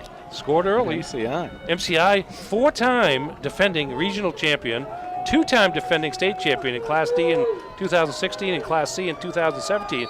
Nokomis took them to overtime late in the regular season, so not really a surprise. All right, little squib kick. Once again, it's touched by Hermon. It's going to be pounced on by Winslow. Oh, what a break there for the Black Raiders as they go with the squib kick. And we'll get the replay right here. Here we go. The squib kick is short. 57 for Hermon, unable to get control. And it looks like number 22. That's Cody Ivey. With the recovery as he was quick to the ball after, again, smart move. He didn't kick it to the receivers. He tried to kick it to one of the linemen on the middle level of the kick return team. And now Winslow in business here to start the second half. Yeah, bad decision right there for Isaiah Gage. That ball was headed out of bounds, and now right out of the gate here in the second half after the turnover, Winslow will pick up a first down. Big run there by number 45. That's Alex Demers. Power eye set for the first time in this game, and Demers, one of the two front guys in the backfield, took it and went. All right, Colby Pomeroy under center. He's got Demers and Clark in the backfield. He hands to the up back, and that's Demers, and he'll power his way to about 3 yards. Different look by Winslow. We talked about adjustments at the half, and there's Winslow coming out now with a power game. 3 backs in the backfield with Pomeroy and Demers, a junior, getting his first 2 carries of the game, and has Winslow in the red zone. Now 3 men in the backfield for the Black Raiders. It's going to be Demers again. And straight up the middle, big number 45 takes it inside the 10. Black Raiders really mixing it up in the backfield. Some of it forced on them by the injury, the knee injury, right knee of Ben Dorval. But not only does it show you the diversity of the offense, but it shows you the depth of the roster and the confidence that Coach Savitsky has, because it's different running backs doing, as they do different things. Now Demers being a featured back. And he's got it again. Straight up the middle. It's going to be short of the first down. It's going to bring up 4th down and about 3.5 yards. And let's see what Winslow does here. You mentioned a potential field goal attempt earlier. Pomeroy, the quarterback, is the kicker. He's back on the field, but it looks like he's going to bring back an offensive play. Yeah, 4th and about 3, and Hermon Hawk fans down below chanting defense. A lot of Winslow fans over behind that goalpost to our right. The one that Pomeroy is looking at. The handoff up the middle into the end zone. Touchdown, Winslow. Rob Clark, the runner, the sophomore, into the end zone, as the Black Raiders now take a 13-0 lead over Hermon. Fake the handoff to Demers this time, and then the quick handoff to Rob Clark, who built up a head of steam there into the end zone from 8 yards out, and that's a big turn of events here to start the second half. As Winslow scored on its first possession of the first half, got the turnover on the kickoff here in the second half, and immediately took it in. So for the second straight half, they score with about 2.5 minutes in, and this extra point's going to be blocked. It's blocked by the Hawks. We'll see if that comes back to haunt the Black Raiders. They've got a 13-0 lead, unable to tack on the extra point there. This is a touchdown run again.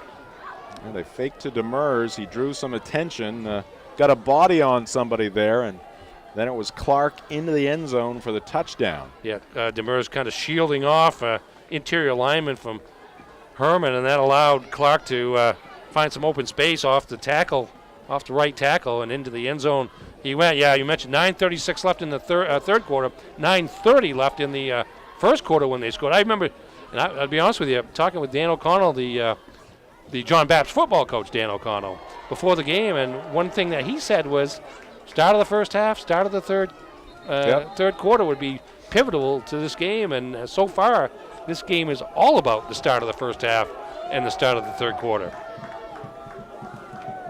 Well, certainly the Hermon Hawks here in 2018, an unfamiliar spot for them, scoreless. As we are 2.5 minutes into the second half. Certain that has not happened here in 2018 for the Hawks. Another squib kick, and it's bobbled again. Who's got this one? Let's see. Anticipation on the far sideline, but it's going to be the Hawks coming up with this one. Keith Pomeroy pouncing on that football. Hey, if at first it succeeds, try it again. And so Winslow did, and there was a little mass hysteria there at about the 35-yard line, but Winslow's able to. Pomeroy kind of outside the scrum there with the ball. football. May have scored it out there, but everybody was jumping in one place, and Pomeroy had the ball unharmed a couple of feet away, and now Hermon really needs to get this offense on track down a couple of scores. River Mullen in the backfield with Trask. They're going to keep it on the ground. It's going to be Trask. He breaks a tackle, now spinning. He's got the first down. He's over the 45. Big pickup there for Garrett Trask. His team needs him, and Trask picks up 11. Yeah, River Mullen, and I don't know if he played at all in the first half. If he did, it was very little because on the field a couple of times because of an injury suffered against Oceanside. But there's Garrett Trask just running hard and spinning and absorbing contact. But one of his biggest rushes of the game, about 12 yards on the gain, and a first down for the Hawks. 1st and 10 from their own 45-yard line. Mullen once again, and he's going to get the call here. Lost his footing, but he'll move the ball forward about 5 yards. So another solid pickup there on first down. Yeah, kind of slipped, but used that to his advantage. Went under some tacklers for a 4-yard, nearly a 5-yard gain on first down. And here comes Ben Dorval into the ball game on the defensive side of the football. He's Got that right knee wrapped up. He's limping a bit, but he's in at linebacker. Doesn't want to be left out of this big game here in the Class C North semis. Trask will keep it himself, tries to reach across the 45-yard line of Winslow. Let's see where they mark it. It's going to be marked down just shy of that 45, so it's going to be 4th down and about a half a yard. Or pardon me, 3rd down, about a half a yard. And I would suspect at this point they got 2 plays to get this half yard. Oh, yeah. I mean, there's a long time left in the game, but still you got decent field position here, and you need to capitalize. So 2 downs here, and we'll see what Hermon does.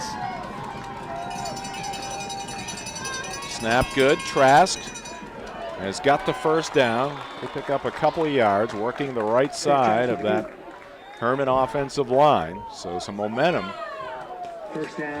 here for Hermon. Kyle Gallant talking with his talented quarterback.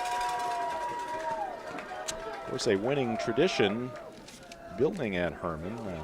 Great cheerleading squads. The boys basketball team, state champs last year. Here in Trask, a key member of that unit. See a good surge there to pick up the 1st down. Second 1st down here in the 3rd quarter, matching the total number of 1st downs by Hermon in the 1st half. And Trask going to keep it again. And we got a flag down. Trask, he's at the 20, the 15, 10, 5, out of bounds at about the 3. But that one could come back. That flag in the area of holding. Yeah, I think they got... and it will be a hold against the Hawks. So looks like 58 Deacon Dow involved in the play as you watch Trask cut to his left, and now a nice cut back there. I don't think we see the hold in there. I think it was outside of that, but I may have seen one inside too. Okay, but there was another one outside. There was another outside block that he cut inside of. But either way, the long run is negated, and going to be 1st and long for the Hawks. As they march it off. Oh, another loose football. No, that thing's slippery. Wipe it off. Ball now back in Hermon territory at their own 48. And it's going to be 1st down and 18. Hawk fans getting rowdy below us here in the press box at the Winkin Complex. Football press box. Mullen in the backfield once again. He's going downfield. The pass is going to River Mullen, and he catches it. Completion. Mullen straight down the middle of the field. Falling backward as he made that catch, but it's going to be a 1st down completion. Yeah, great to Mullen. Great catch by Mullen. He kind of had to turn his body the other way. Pass was thrown behind him and low, but he went down and got it. 20-yard gain, and that negates the penalty, save for the gain, but Hermon with another 1st down. Hawks now at the Black Raider 32. They trail it 13-0. Trask going to the air again. He's got a wide open receiver. That's Pomeroy, who gets away from one defender.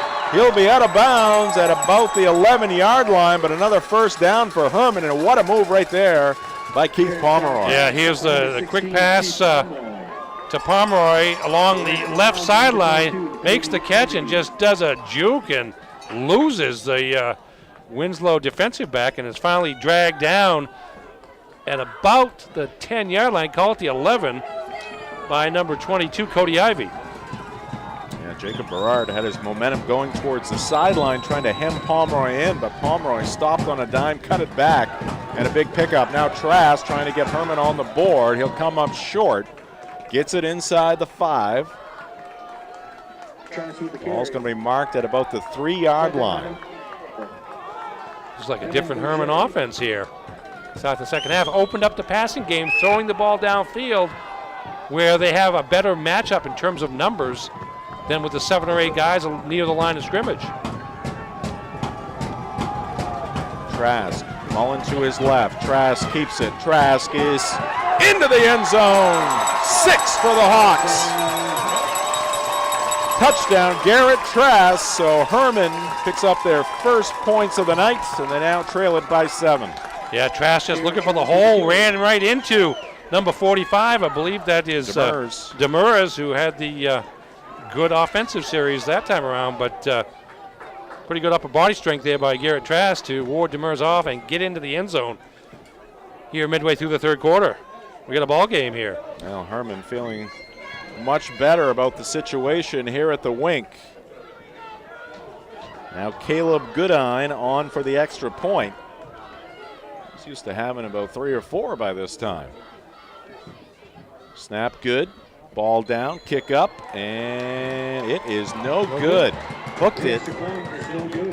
Said the snap was good. It was a little bit to the right of the holder there. Had to spin around and get it down, but Goodine hooks it to the left. So 2 missed extra points here in the last several minutes. And we've got ourselves a 7-point ball game. That's what we had at the end of the first half. 8 plays, 66 yards.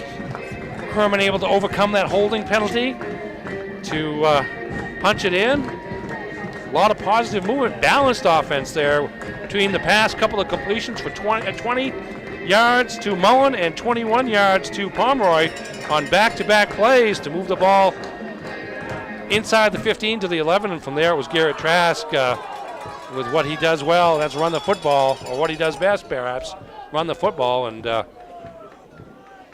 Hermon back into this game. Kyle Gallant, the head coach of the Hawks. He's assisted by Troy Bennett, Matt Farnham, Rich Firo, Daniel Gallant, Gary Swoboda, and Julius Williams. Trask will kick it away here. Yeah, it'll be interesting to see if Dorval plays offense. I didn't see how many plays he played on defense, but certainly he was in there. And Hermon might be able to, if he's on defense, Hermon might try to use that to their advantage in terms of trying to get somebody out there for the passing game. Kick taken at the 22. It's Rob Clark. Rob Clark striking back quickly, and he'll be tackled well inside Hermon territory. Clark brings it all the way back to about the 30-yard line. And that is not what the Hawks needed after just scoring their first points of the night. No, nearly 50 yards on the return. Clark caught the ball near the right hash mark and just raced down the sideline and shook off a couple of blockers. But, 48 yards on that return, and Winslow right back in business at the Hermon 30. Well, Clark, just a sophomore, asserting himself in this semifinal ball game. And he's going to get the call here on first down, but great job there by the defense. Sean Stark in there, along with River Mullen to make the tackle. Yeah, Stark's been around the ball a lot tonight. A loss of 1 on that first down play. Second down and 11 here for Winslow. Led the ball game 13-0 after scoring a touchdown here early in the second half, but Hermon coming right back with 6. Clark straight up the middle. Clark still on his feet. Finally, it takes a slew of Hawks to bring him down, but he's got another Black Raider first down. In that power eye offense, gets another blocker in the backfield, essentially 2 fullbacks, and there's Clark running behind them in the middle, untouched until he got to the linebacker level of that defense, and from that point on, and just willed himself forward, and it's going to be, looks to be short of, we got a penalty on Winslow. It's going to be a illegal procedure call, and so that gain of about 10 yards goes for naught. Kind of the tit for tat with Hermon being penalized on its last drive. And a head-on collision there in the defensive backfield of Hermon. Clark kept those legs going, but all for nothing.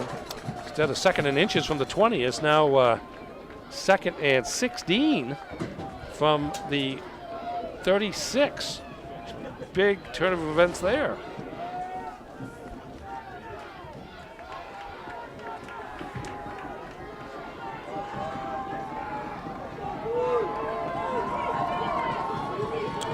Black Raiders to the line. Demers and Clark in the backfield.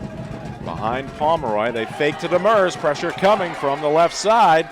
The escape by Pomeroy, and he'll fire it downfield, just throwing the football away at that point. Yeah, I don't know what the rule is, but there was nobody even close to that ball. Good defensive pressure again by Deacon Dow, forced Pomeroy to call it a play and avoid the loss.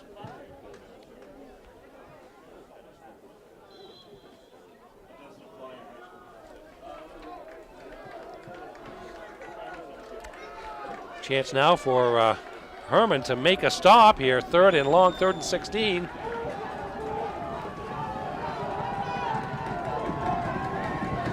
Big spot in this one, 4:24 left to go in the 3rd quarter. Second back's got it, that's Clark. He jumps over one defender, gets it inside the 30. No flags down, so it's going to bring up 4th down here for the Black Raiders. Good gain on 3rd down, got about half of what they needed. Here's Clark off the right side with a little leap over the bodies on the ground, and again added another 5 yards to the carry, and now it's going to be 4th and about 7. And I expect certainly Winslow try to make a play here to keep the ball in with its good field position. Credit that offensive line for Winslow. They've done a great job here tonight. Get their names in here momentarily. Pomeroy downfield. He's got a receiver down there. 50-50 ball. And the ball is going to land safely on the turf. Incomplete. And the Hermon Hawks will take over on downs.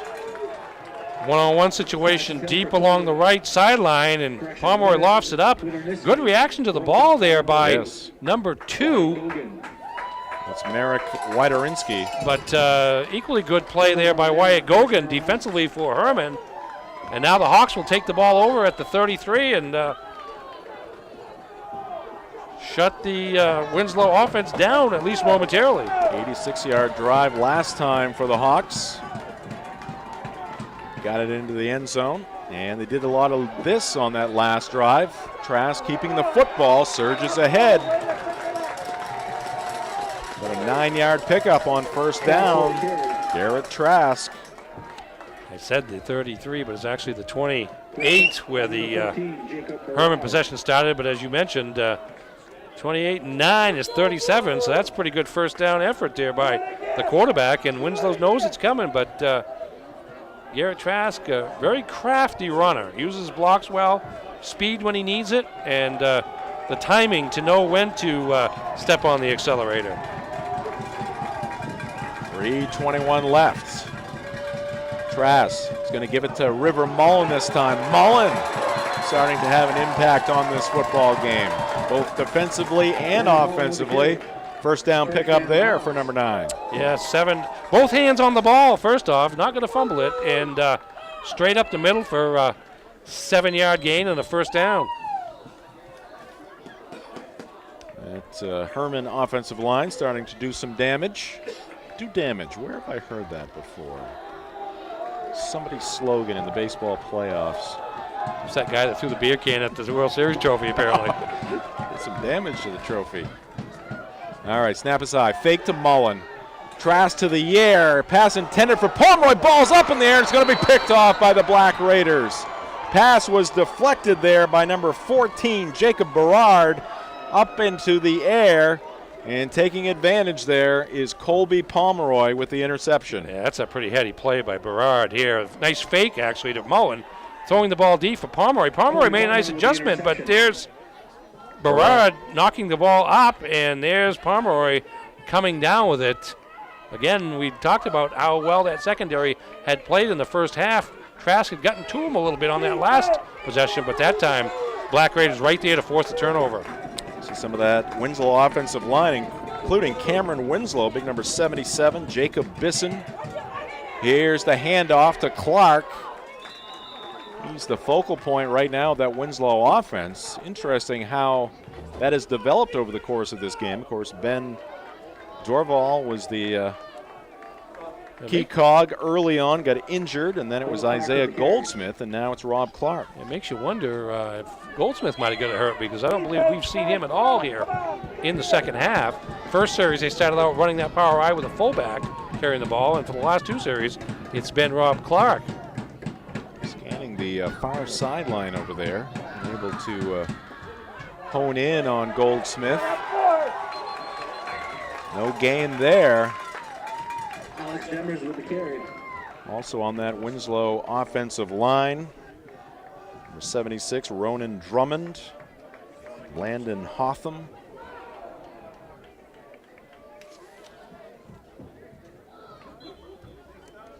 They do the dirty work. Rarely get the credit also on that offensive line, number 66, Justin Bolduc. He's just a sophomore. Tight end Nathan Newgard, he's just a sophomore. Demers in the backfield, and Demers is going to get the carry. Tubbs was there. Got some help from a couple of his Hawk teammates. Alex Demers with the carry. Yeah, late handoff there. Pomeroy with the option to keep it himself or make the handoff. Did so late. Demers with a 3-yard gain, and now it's third down. 3rd and 7. Waning seconds here in this third quarter. Pomeroy, the pitch. And it's going to be Berard. He's going to be run out of bounds. So another Black Raider in that backfield. Jacob Berard getting the call there. A pitch from Pomeroy, but good pursuit once again by that Hawk defense. 1-yard gain. This is more like the defense people who saw the quarterfinal that Hermon played against Oceanside saw last week in the shutout performance. They were able to get great pursuit to the outside and limit anything in terms of big plays along the outside. Of course, that's how Winslow scored its first touchdown, not running up the middle, but running to the outside here in the first quarter. End over end punt, low line drive kick, lands at 35, and now takes a Hawk bounce, and it'll be touchdown there at about the 33-yard line. That's where Hermon will get things underway with 56 seconds left to go here in this third quarter. Jim Churchill, Ernie Clark, along with our Game of the Week crew here tonight at Husson University, the Winkin Complex. Thanks for joining us. And the Game of the Week is brought to you in part by Greenway Equipment Sales. For the best in John Deere sales and service, it's Greenway Equipment, 2 locations, Bangor and Ellsworth. Greenway Equipment, nothing runs like a deer.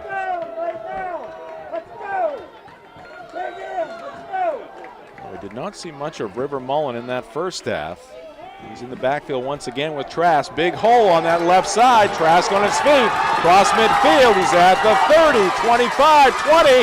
And he's tripped up inside the 20-yard line by Colby Pomeroy. But what a way to start this possession for the Hawks. Yeah, and again, here's Garrett Trask. You have to think the offensive line wearing Winslow down just a little bit. Big hole off left tackle. And there you see the speed of Garrett Trask, and then the slick move, shoestring tackle by Pomeroy to prevent the touchdown. But Hermon in business at the 15-yard line after a gain of 35 and 8 and 17, 52 yards. Looked like in that first half, Hermon was just kind of, especially with Trask, just kind of trying to feel his way to making something happen. Here in the second half, they're attacking with Trask. Yeah, you can't wait on Winslow. You have to kind of force the issue, and as you said, that's exactly what they're doing, both with the pass and with the run, throwing the ball downfield against the secondary, and also using the quickness at the quarterback position in particular, but also with River Mullen to beat the defenders at the line of scrimmage. You haven't seen Tubbs as much here in the second half because they're trying to go with quickness against the size up front for Winslow, and it's working to some degree. Isaiah Goldsmith not in the defensive backfield here for Winslow, and it's going to be Trask with the carry again. He's down to about the 5-yard line. And that may be enough for the first down. Let's see. And it will be first and goal for the Hermon Hawks. They are on the doorstep here, trailing at 13-6. A chance to get 6 more. And an extra point would tie this one up. Still some work to do. Trask along with Mullen in the backfield. The snap to Trask. He's just going to keep the football once again. And he's inside the 2, down to about the 1-yard line. Yeah, Trask at about 6'1", 185, not a small man running the football. So even though he makes contact with the defensive lineman, it's 50-50 whether or not he's going to go forward or backwards. Usually he's landing with forward momentum. All right, that's going to do it for the third quarter. We head to the fourth. Winslow 13, Hermon 6 on the 929theticket.com Game of the Week.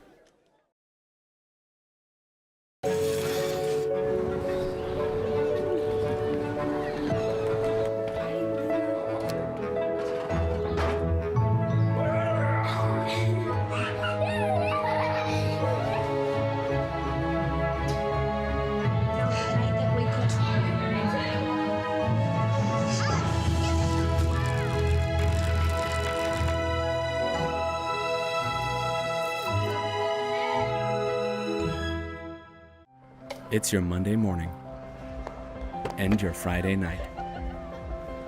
It's your suitcase, your tour guide, and your photo booth.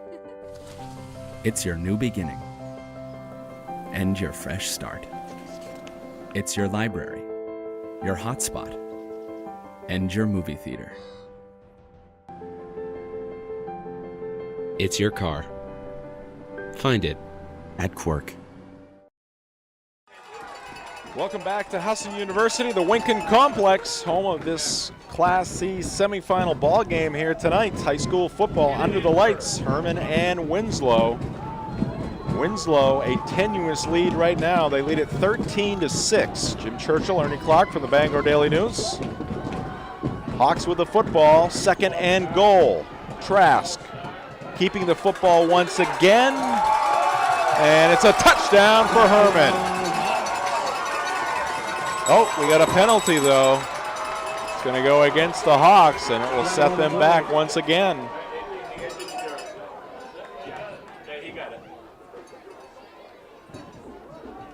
So, once again, a penalty hurting the Hawk cause.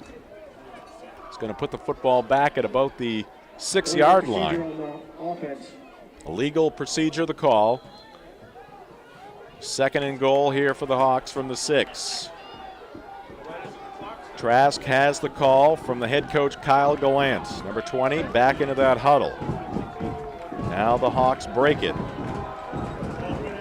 Mullen and Tubbs to the right and the left of the quarterback Trask. Now Tubbs to the line, trying to land a block here for Trask. Trask being strung out. He'll get it inside the 5.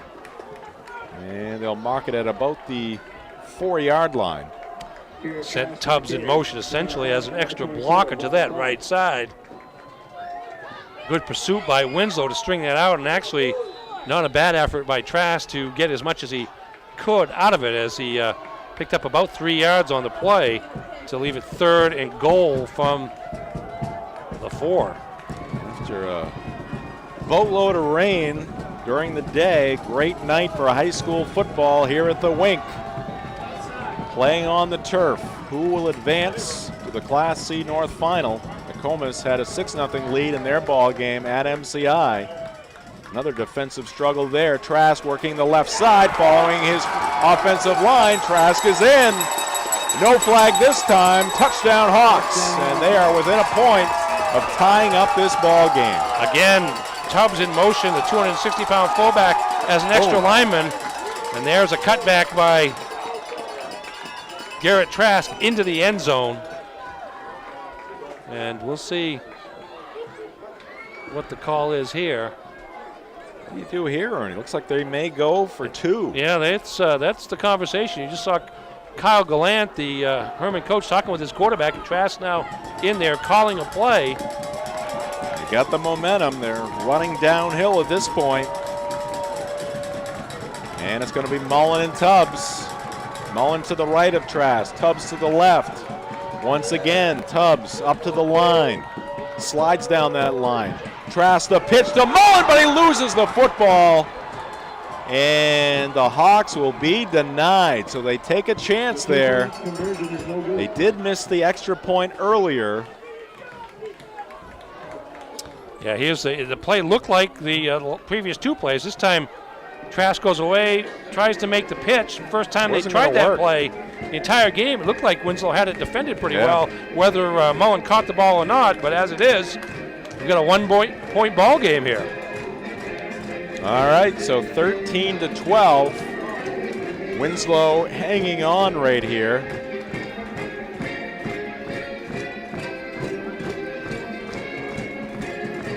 And we'll see what the Black Raiders can do here.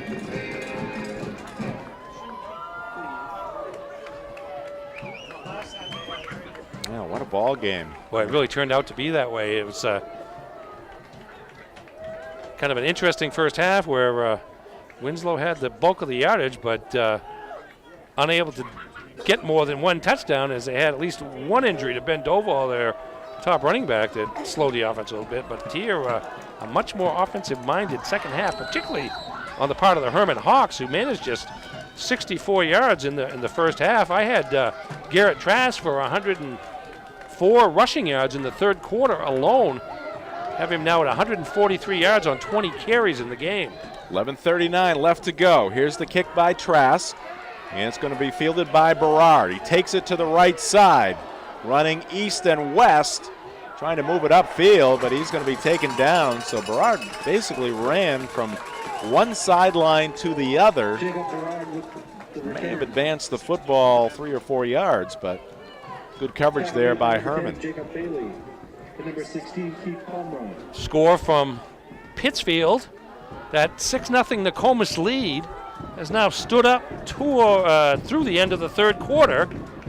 Meanwhile, Brunswick and Coney in Class B are tied at 13 third quarter. Lawrence Bulldogs knock off the number 1 seed in Class B North, Skowhegan Indians, convincingly. Final score there, 41-8 Lawrence. So Lawrence moves on to the regional final to play the winner of that Coney-Brunswick game, which is tied at 13. First down carry there for Rob Clark. He picks up 6 yards on that first down carry. Maine Hockey a win tonight, their first Hockey East win the 2018-2019 season. They defeat UMass Lowell at Alfond Arena. Portland defeated Edward Little tonight by a score of 49-15. That's Class A North action. Portland, Edward Little. All right, Colby Pomeroy under center. He's got Demers and Clark behind him, and Rob Clark has first down yardage. Oh boy, if Winslow is able to escape here tonight with the victory, as you see the hole there for Clark, he slides his way through it, and he does not go down easy. Yeah, I mean, that's unlikely to be anything fancy on the part of the Black Raiders at this point. It's just try to use that big offensive line. And then Rob Clark, the third string tailback running forward behind Demers. This time cuts back. And the sophomore has it again. Advances the football about 3.5 yards. Second down, a long 6 here for the Winslow Black Raiders. With 10 minutes left to go. The game of the week is brought to you by your local Tradewinds Market. Fuel up at your local Tradewinds, where every gallon you buy helps local cancer care. Tradewinds leading the way once again with ethanol-free gasoline at many of their locations across eastern and central Maine. Demers gets the call on second down, and he's got just about a yard. See who was in there on the tackle. It's going to be Tubbs. He's doing it on both sides of the football here tonight. Yeah, Demers could never get squared up with the line of scrimmage there, and Tubbs had a lot to do with that in terms of limiting that play to maybe a yard.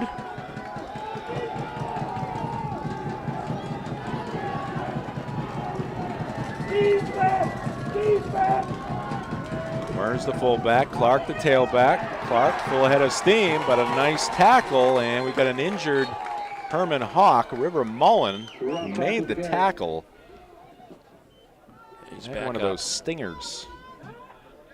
Kind of holding that right arm limply there, but he's on his feet.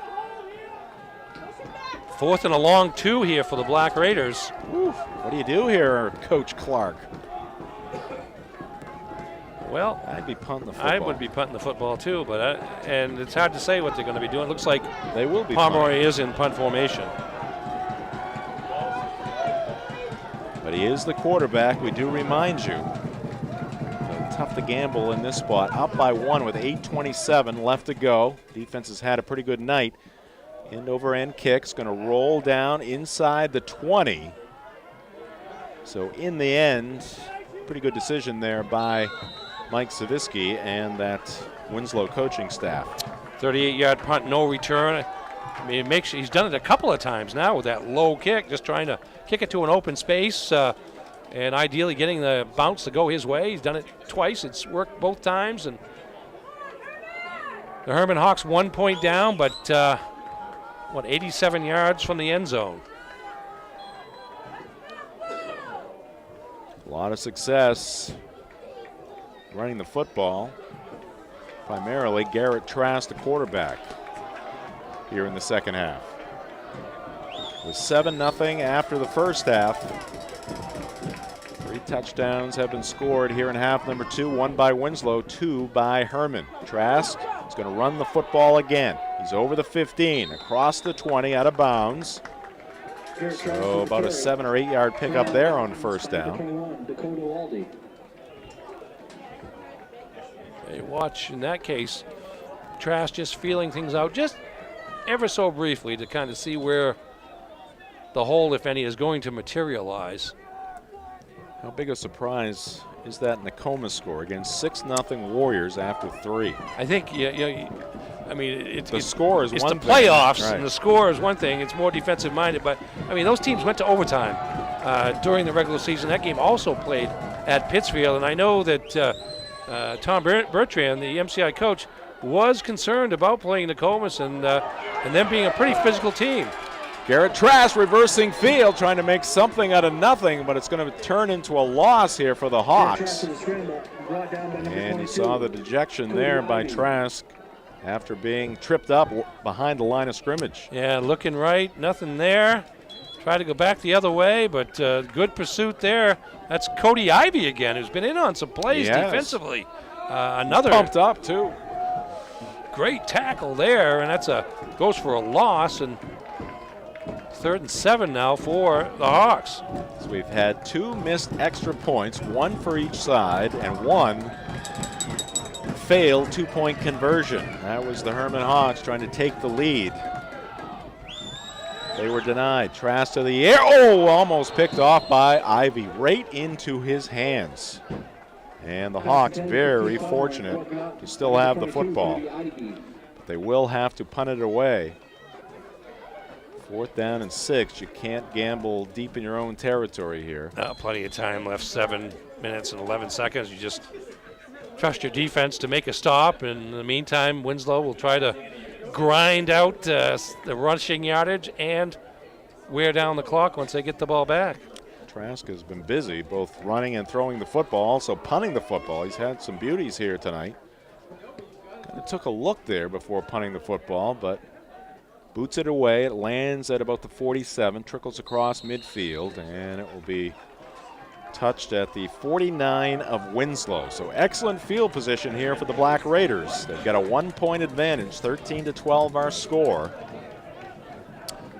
Wow, here's a play for you.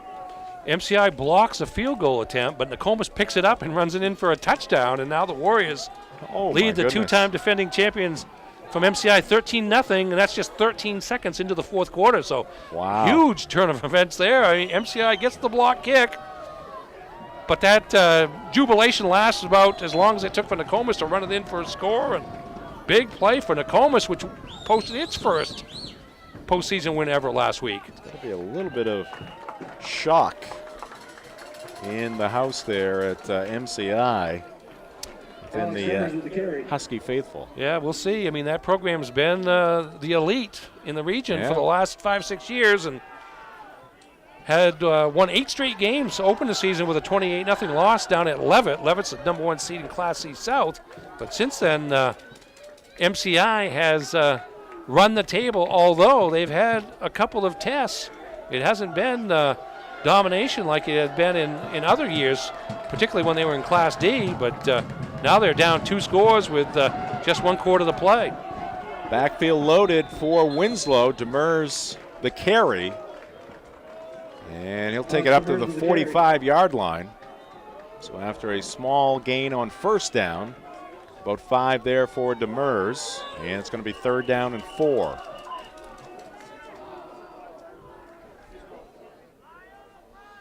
That's pretty, that's a fullback. That's a prototypical fullback play there. Yeah, it looks like Garrett Trask is going to have to leave the field. He's got a little blood on his left hand, so they'll get him patched up. He'll be back in for the next down. Coming in for him is Jacob Bailey. Trask, the free safety on defense, the last line of defense.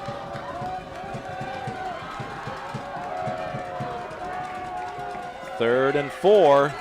Dorval's got the football, and the guy who got things going for Winslow here tonight finally gets the call again. We didn't think we'd see him, but he's got a big first down pickup there for the Black Raiders. I think at a certain point, he talks himself back into the game because, I mean, this is crunch time now. Look at that. Showing no ill effects there. Boy, just pounding defenders there and always going forward. That's going to be a 10-yard gain for Dorval and a big first down in his first play back on offense. Winslow trying to get some space, gain some space here between themselves and the Hermon Hawks. Dorval a call again. And he's still on his feet. And finally they bring him down, but not before. Number 41 picks up 8 more yards. Yeah, that's called moving the pile right there by Dorval, who. This is crazy how things have gone in that Winslow backfield. And and they've all worked. I mean, they've all had their moments, and Dorval, who hadn't played since midway through early in the first quarter. Actually, he was hurt on that first drive and came back to play a little defense, and now he's back on offense with that right knee wrapped and 10 yards on his first carry, and another 8 right there. I'm unable to find Isaiah Goldsmith on that far sideline. He's not played. He was involved in that little bit of a scuffle there after his quarterback Pomeroy was tackled in the backfield. I don't know if that is part of the equation. Just speculating that it could be. Alex Demers with the carry. Yeah, Demers with the carry for the first down, but a late flag, and that's going to go against Winslow. I think it was a hold. Holding on the offense. And indeed it was, and so instead of a first down, the Black Raiders are going to be set back.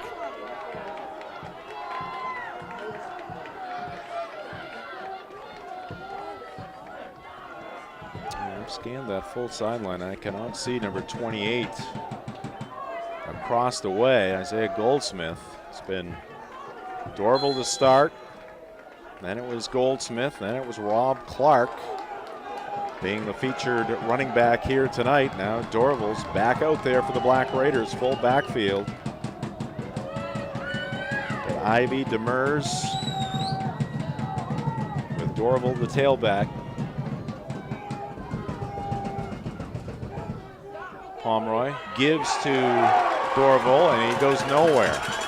Tackled behind the line of scrimmage. That was Stark again. Sean Stark for Hermon. One of the defensive stars here tonight for the Hawks. Really has been. Senior linebacker.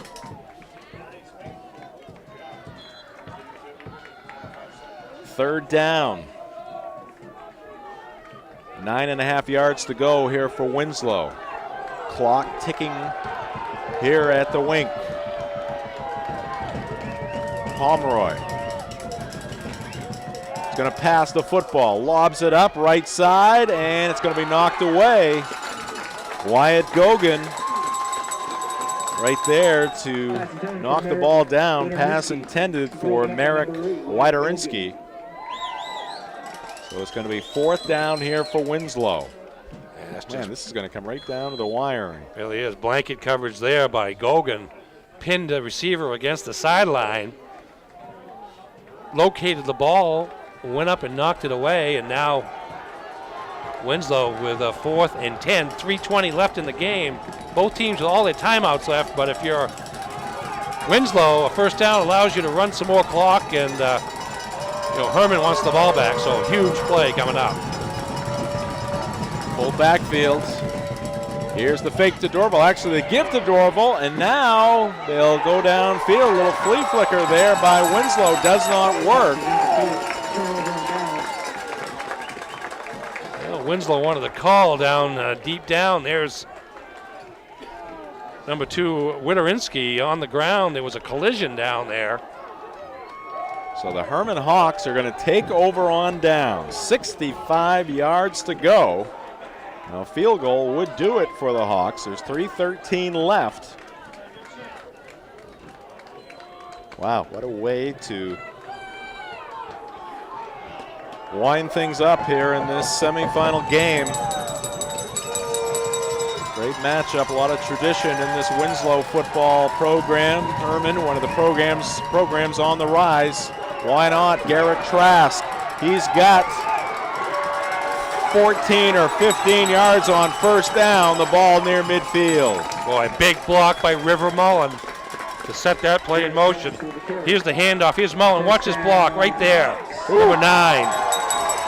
Created a big hole, and Trask took full advantage of it. 15-yard gain by Garrett Trask. Trask back on the field after conversing with the head coach, Kyle Gallant. Brunswick 21, Coney 13, fourth quarter. Coney just 1 loss on the season. And Trask has got 5 more. Tackled by a trio of Black Raiders across the way. Cody Ivy, part of that threesome there, making the tackle. Coney had beaten Brunswick 30-6 just 2 weeks ago, but as I think we're finding out, these playoffs are a whole different matter. Can hear the Hawk fans down below us here in the football press box at Husson, urging on the Hawks.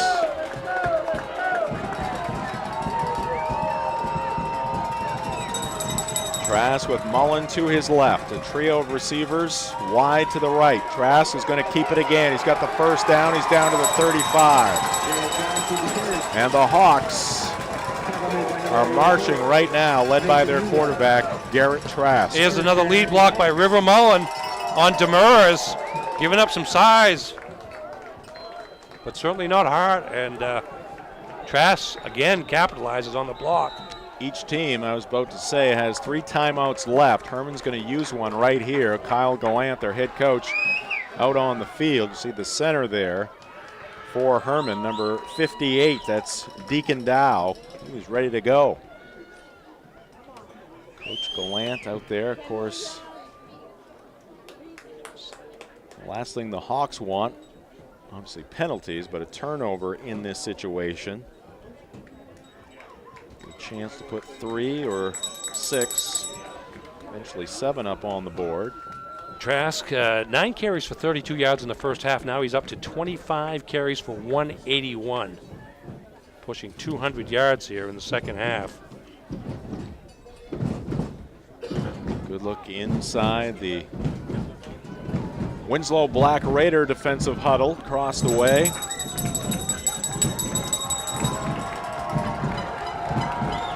Here they come.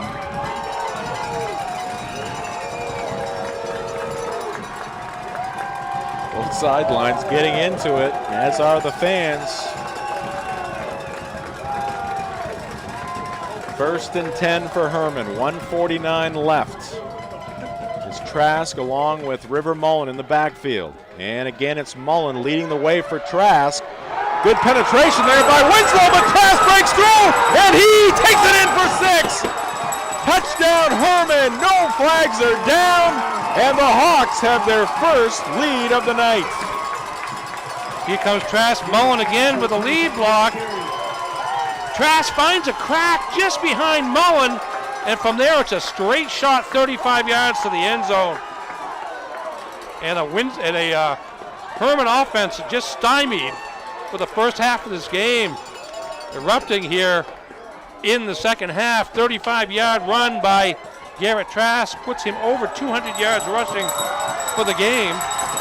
And the Hawks will go for 2 here, trying to make it a 7-point affair here tonight at Husson. Now the good news is they got the 6, and they definitely wanted that, but they do leave some time up on the clock. 3 timeouts left for Winslow. Trask is into the end zone once again, so they do convert here on this 2-point conversion attempt. Trask again just carrying the football over the goal line. Or the great same blocking by that line, and then the lead block of the fullback, or halfback turned fullback, I should say, River Mullen, and suddenly the Hawks have the lead. Hawk fans are happy here, 20-13. Did mention Winslow's going to get the football. They'll have 3 timeouts, a minute 40. They can make things happen quickly, and you got to remember Dorval's back in the ball game. Yeah, and running well. If you're Winslow, you have to think about starting with Dorval, but you can't wait too long before you got to go to the air. And if you're Hermon, it's all about preventing the big play. Make them use their timeouts, make them run the clock, and ultimately try to get a stop. Well, our last game was an overtime game. That was that MCI Nokomis game. MCI eventually winning it in overtime. Knocking down or picking off a pass in the end zone. Talking with Kyle Gallant this week, he talked about just how even the top 4 in this league have been this season. And certainly it's proving out tonight. Number 4 leading number 1, 13-0, Nokomis, and then this game going right down to the wire as well. Here's the kick. It's going to be picked up by Berard. Again, he's going to take it to that right side. See if he can find some room. He will not. So he picked it up on the near side, went directly to that far sideline, running east to west, and that gave Hermon plenty of time to get down. And I mean, it has to be that Hermon's aware that Winslow sets up its blocking to that side of the field. They're kicking the ball to the other side, and that leaves Berard with either nobody to help him on the near side or to try to run the width of the field to get some blockers. And Hermon's pursuit just too quick to allow anything to happen out of that. So the Black Raiders will start things at their own 23. 1:33 on the clock.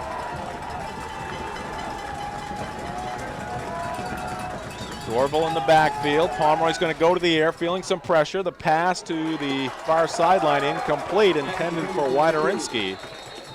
In front of that Winslow sideline. And there is a flag down. It's going to be against Hermon. Personal foul. Personal foul on the defense. So maybe well, that's 15 quick yards. A little bit of over exuberance there. It's going to bring the ball out to about the 38-yard line, I believe. Should be a first down.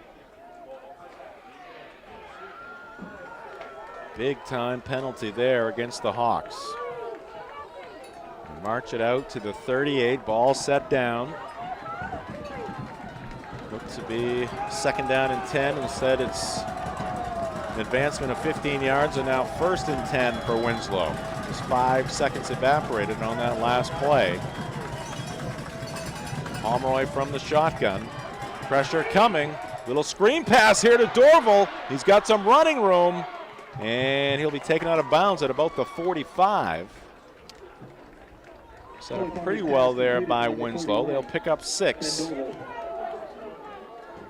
Yeah, set up pretty well by Winslow, but I think Hermon's probably pretty satisfied with limiting that play to 6-yard gain on first down. Dorval out of bounds, so the clock stopped at 1:20. They are being very efficient with the time so far in this drive. A little help from the Hawks with that big penalty.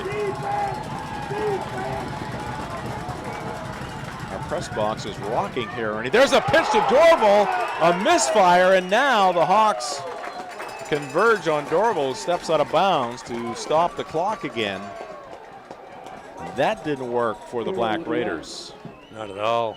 Geez, if I was thinking if I was Dorval, I might have just tried to pass the ball once I picked it up. It was essentially a lateral. He could have done that and gotten an incompletion, but that requires a lot of thought. And as it is now, 3rd down and long, 3rd and 12. And take some quick thinking under duress. Sure does. Pomeroy back to the huddle with the play.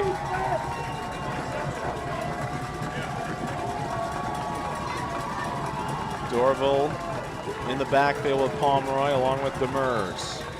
And now time called here by Hermon. So they got a good look at that setup there by the Black Raider offense. And Kyle Gallant once again will come out to talk things over.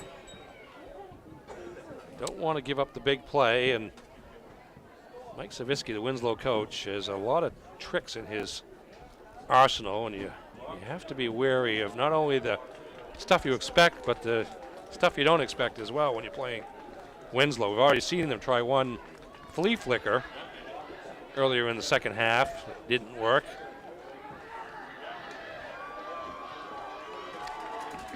The 929theticket.com game of the week brought to you in part by Dean's Detailing. They've been the leader in auto detailing since 1971. Give your car a fresh start.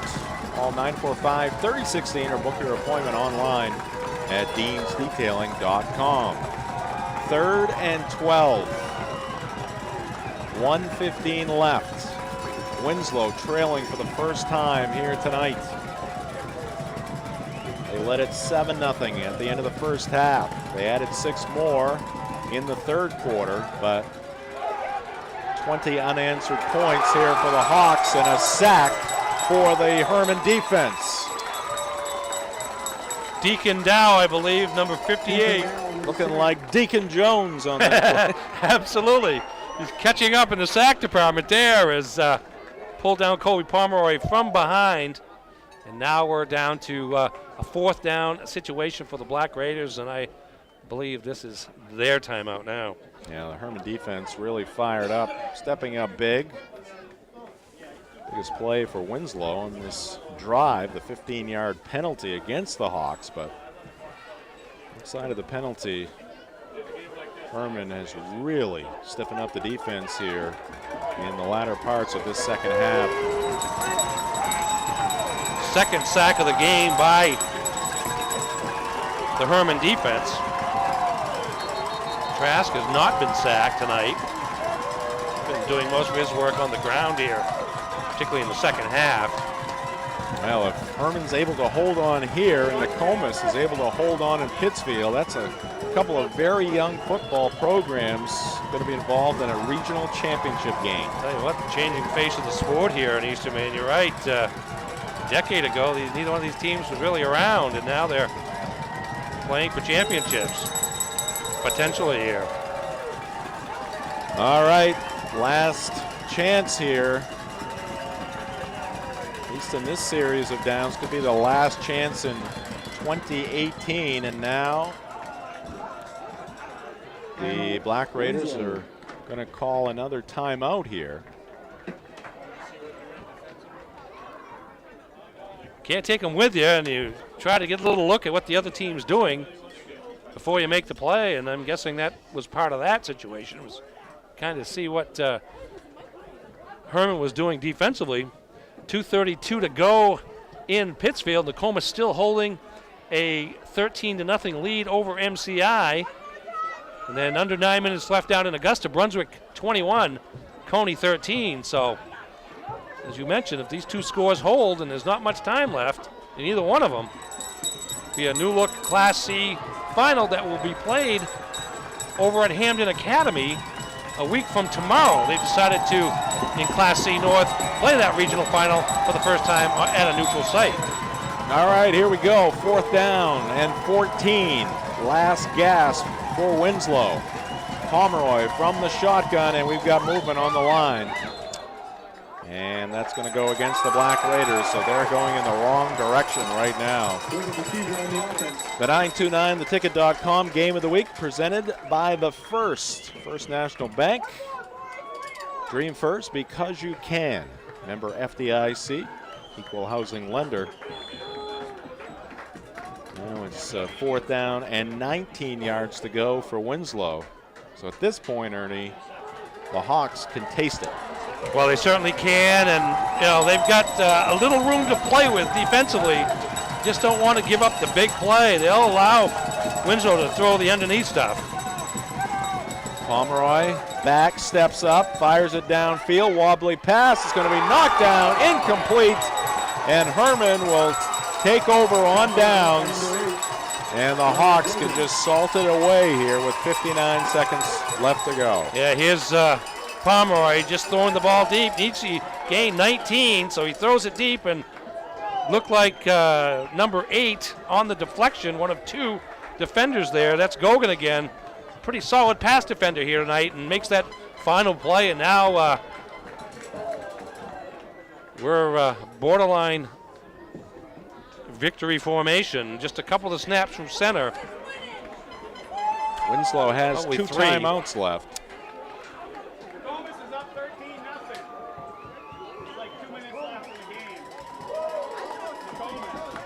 And it would appear that the Hermon Hawks, barring a disaster here, and the Nokomis Warriors are on a collision course in Class C North. They are, and that formation is... Ooh. Number 52 there for the Hawks, taking a shot. Ian Fasella. I guess that's legal, but not necessarily sporting, but... bounce right back up. Yeah, Hermon says that we can take that one if you look at the scoreboard.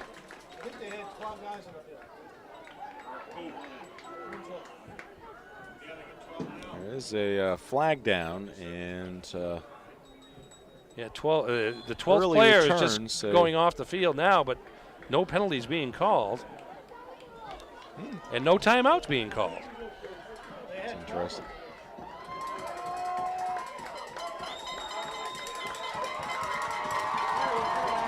Victory formation, and the Hawks are going to let as much time roll off here as possible. Plenty of excitement on this side of the field. Down to 20 seconds. Hermon 8-1 overall, and in a matter of seconds they'll be 9-1 overall and heading to their first. And a good piece of sportsmanship there. You see Colby Pomeroy, quarterback, one of the leaders for the Black Raiders, coming across the line to congratulate Garrett Trask, his counterpart, and that will do it. The Hermon Hawks move on to the Class C North Final as they win this ball game against the Winslow Black Raiders 20-13, 20 unanswered points for Hermon, Ernie. I'll tell you what, they passed a couple of tests tonight. They did the Hermon Hawks first. The experience test. They were the new kids on the block against a Winslow program with just scads of tradition. And it showed early in the game. Winslow went right down the field on them and took the lead. Certainly the injury to Dorval didn't help the Black Raiders' cause. But Hermon regrouped, struggled offensively throughout the first half, made some adjustments at halftime that certainly worked. Garrett Trask with well over 100 yards rushing in the second half after being limited to barely 3 yards a carry in the first 2 quarters. And then the defense stood up when it needed to for Hermon. And as you mentioned, held the Black Raiders scoreless while the offense was scoring 20 unanswered points to win this game. Well, they are pumped up are the Hermon Hawks. You saw athletic director Rick Sinclair giving high fives down there as the two teams shake hands at midfield. Great season for the Winslow Black Raiders. They'll finish up at 6-4 overall. They were 5-3 during the regular season, and as their head coach Mike Savisky said in the pregame coaches interview, they're a young team, so they'll be back and ready to do battle come the 2019 season as well. Yeah, they're a young team, but Hermon's going to graduate 13 players off this team, but theirs is not just a team anymore, it's a program. Right. They have a ton of kids playing football from Pee-wee level right up through the high school level. And what am I looking at? Oh, we have overtime in another playoff game, Western Maine Class C, Madison and Oak Hill, 27 apiece. So tight games all over the place tonight. We haven't heard a final yet from Nokomis and MCI, but Nokomis up 13-0 with 2.5 minutes to go. And boy, I tell you what, nothing beats the postseason, and certainly this game, no exception to the close games. And a good scene right there. Hermon, plenty of joy in the end zone to our right as the fans and friends and families will join the players there as they celebrate this semifinal win. All right, we're going to take a timeout. We'll come back. We'll give you the highlights from this Hermon Hawk win. We've got some stats as well, and we'll look ahead to our final high school football game of the week coming up next week. That's coming up next in the post-game show. This is the 929theticket.com Game of the Week.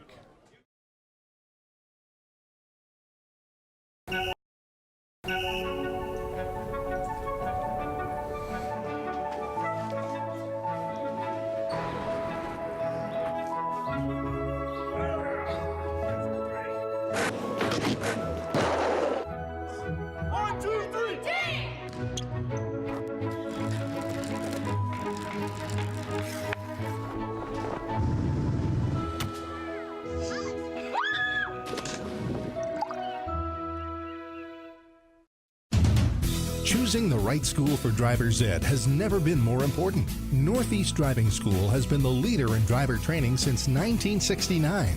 Greater Bangor's #1 team of instructors is experienced, professional, and dedicated to its students. Northeast offers a variety of weekday and weekend courses. Call 942-1769 or sign up at northeastdrivingschool.com. You aren't typical, so why should your college experience be? At Eastern Maine Community College, we value your expertise. We know that classrooms aren't the only place to learn. Your military or work experiences may qualify as credit. We value your time. Our flexible scheduling and multi-locations make it possible to go to class where you work and live. We value your wallet. We offer the lowest cost per credit hour of any school in the state. We're not your typical college experience. Be who you want to be. Start at EMCC. It's your picnic table and your park bench. It's your hotel room, your office, and your nursery. It's your first date and a shoulder to cry on. It's your barbershop, your dance floor, and your toolbox. It's your car. Find it at Quirk. Welcome back to Husson University, the Winkin Complex, the 929theticket.com Game of the Week. Jim Churchill, Ernie Clark, along with our entire crew here, and you see the scene down on the turf here at the Wink as the Hermon Hawk football team picks up a win here tonight, 20-13 over the Winslow Black Raiders, coming back from a 13-0 deficit, and everybody getting into the act down there. We got coaches, I think we got some fans.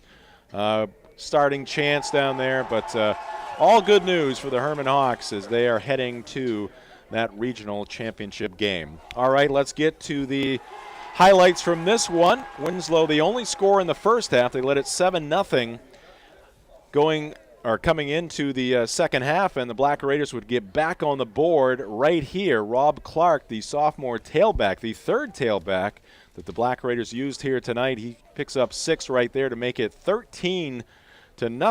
The extra point was not good. Finally, the Hermon Hawks get on the board. Long drive here, Ernie, and it's capped off by a Garrett Trask touchdown run. Yeah, he had a big 52-yard run earlier in the drive to set that up, and then another 11 15-yard run inside the 5 to set up that score.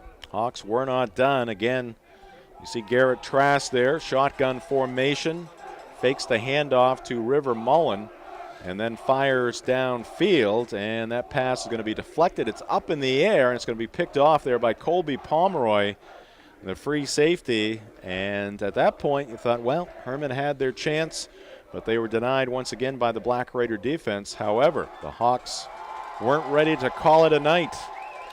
No. Trask following River Mullen. And big number 74, Kenyon Robinson into the end zone. Tubbs in that backfield also with some big blocks here tonight. And it was 13-12.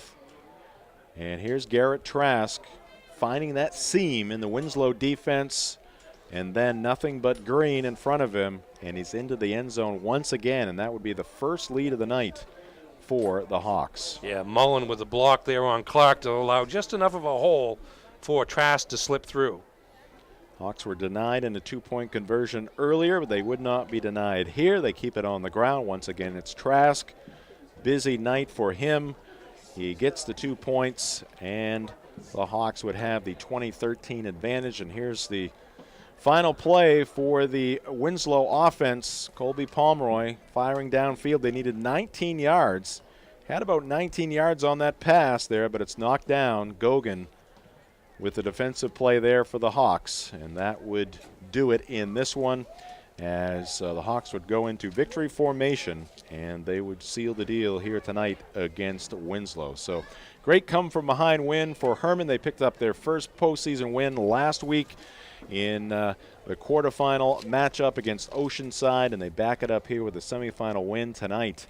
And as we were talking off air, Ernie, hard to believe that it's going to be either Nokomis or Hermon playing in a state game, because they're going to be matched up in a Class C North final next week. Yeah, the world has changed, and as you hear so much about blowouts, and certainly there is a difference between the best teams in any league and the worst team in any league. We're a small state. We've only got about 75 or 80 schools that are playing football. That's going to happen. I mean, it's just a fact of life. But what we've seen this year is, at the top at least, some more balance in some of these leagues. This was a 4-team battle the entire season in terms of Class C North between the 4 semifinalists. The same is true in Class D in the Little 10 Conference, where you have Foxcroft and Bucksport and Mackinac Cook, Dexter, and then Washington Academy stepping up with the playoff upset. So there's 4 or 5 teams in that league, and then in the Class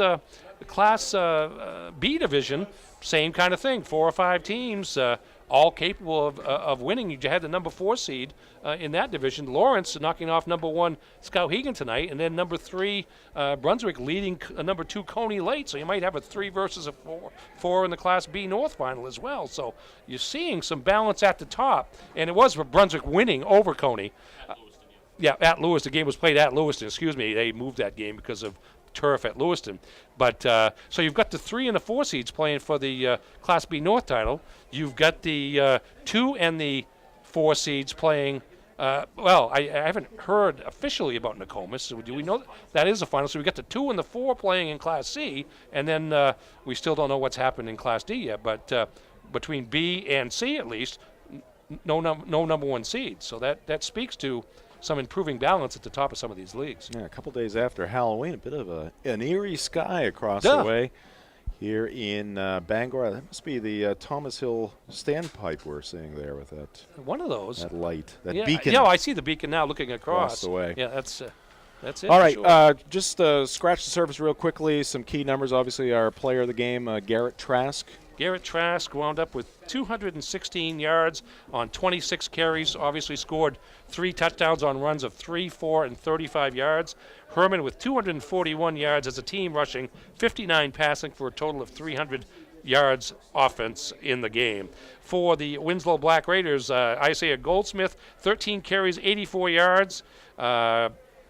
Clark with 12 carries for 50. Dorval, 8 carries for 55. Winslow rushed for 252 yards, had just 15 yards through the air for a total of 267 yards on the game. So pretty close in terms of the final statistics. Total yardage of 300 for Hermon, 267 for Winslow, and that certainly was reflected on the scoreboard as well. All right, Ernie, great job tonight. We'll let you get to your other job, and we'll look forward to your coverage in the Bangor Daily News and at BangorDailyNews.com. Looking forward to it.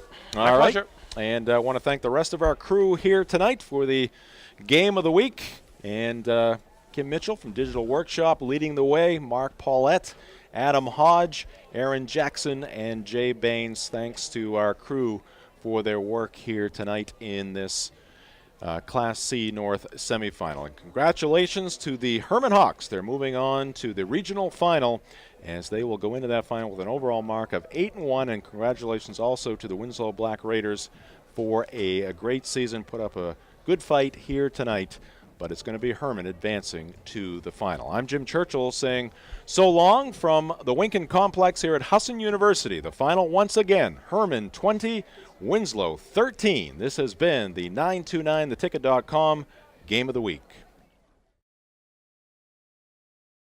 You deserve a clean car. Let Dean's take care of the details. Dean's Detailing has been Maine's auto detailing leader since 1971. Let the pros at Dean's renew your vehicle's appearance and protect your auto investment. For interior detailing, exterior detailing, and complete detailing packages, call Dean's at 945-3016 or book your appointment online at deansdetailing.com. And Dean's gift cards are the perfect fit for any special occasion. Dean's Detailing. We make used look like new. Exclusive savings are happening at a Tradewinds location near you. Save big with our happy hour specials every day from 4 to 6 p.m. Grab a family size one-topping pizza, $6.99. Get 1 pound of our tender boneless wings, $6.99. A full pound of our locally famous buffalo wings, $6.99. Or 1 pound of our crispy french fries, just $2.99. Get this bundle deal and save 50%. Score even more with extended hours on Sunday at a Tradewinds location near you.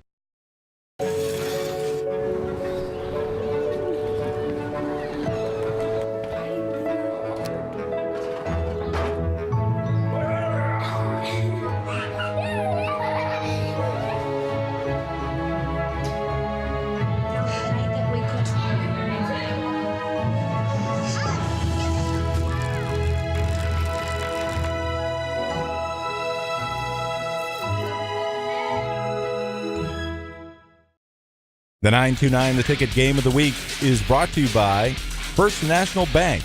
Dream first because you can. Quirk Auto Group. It's your car. Find it at Quirk.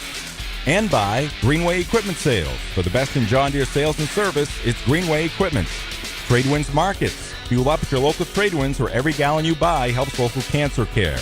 Eastern Maine Community College. Great college, smart choice.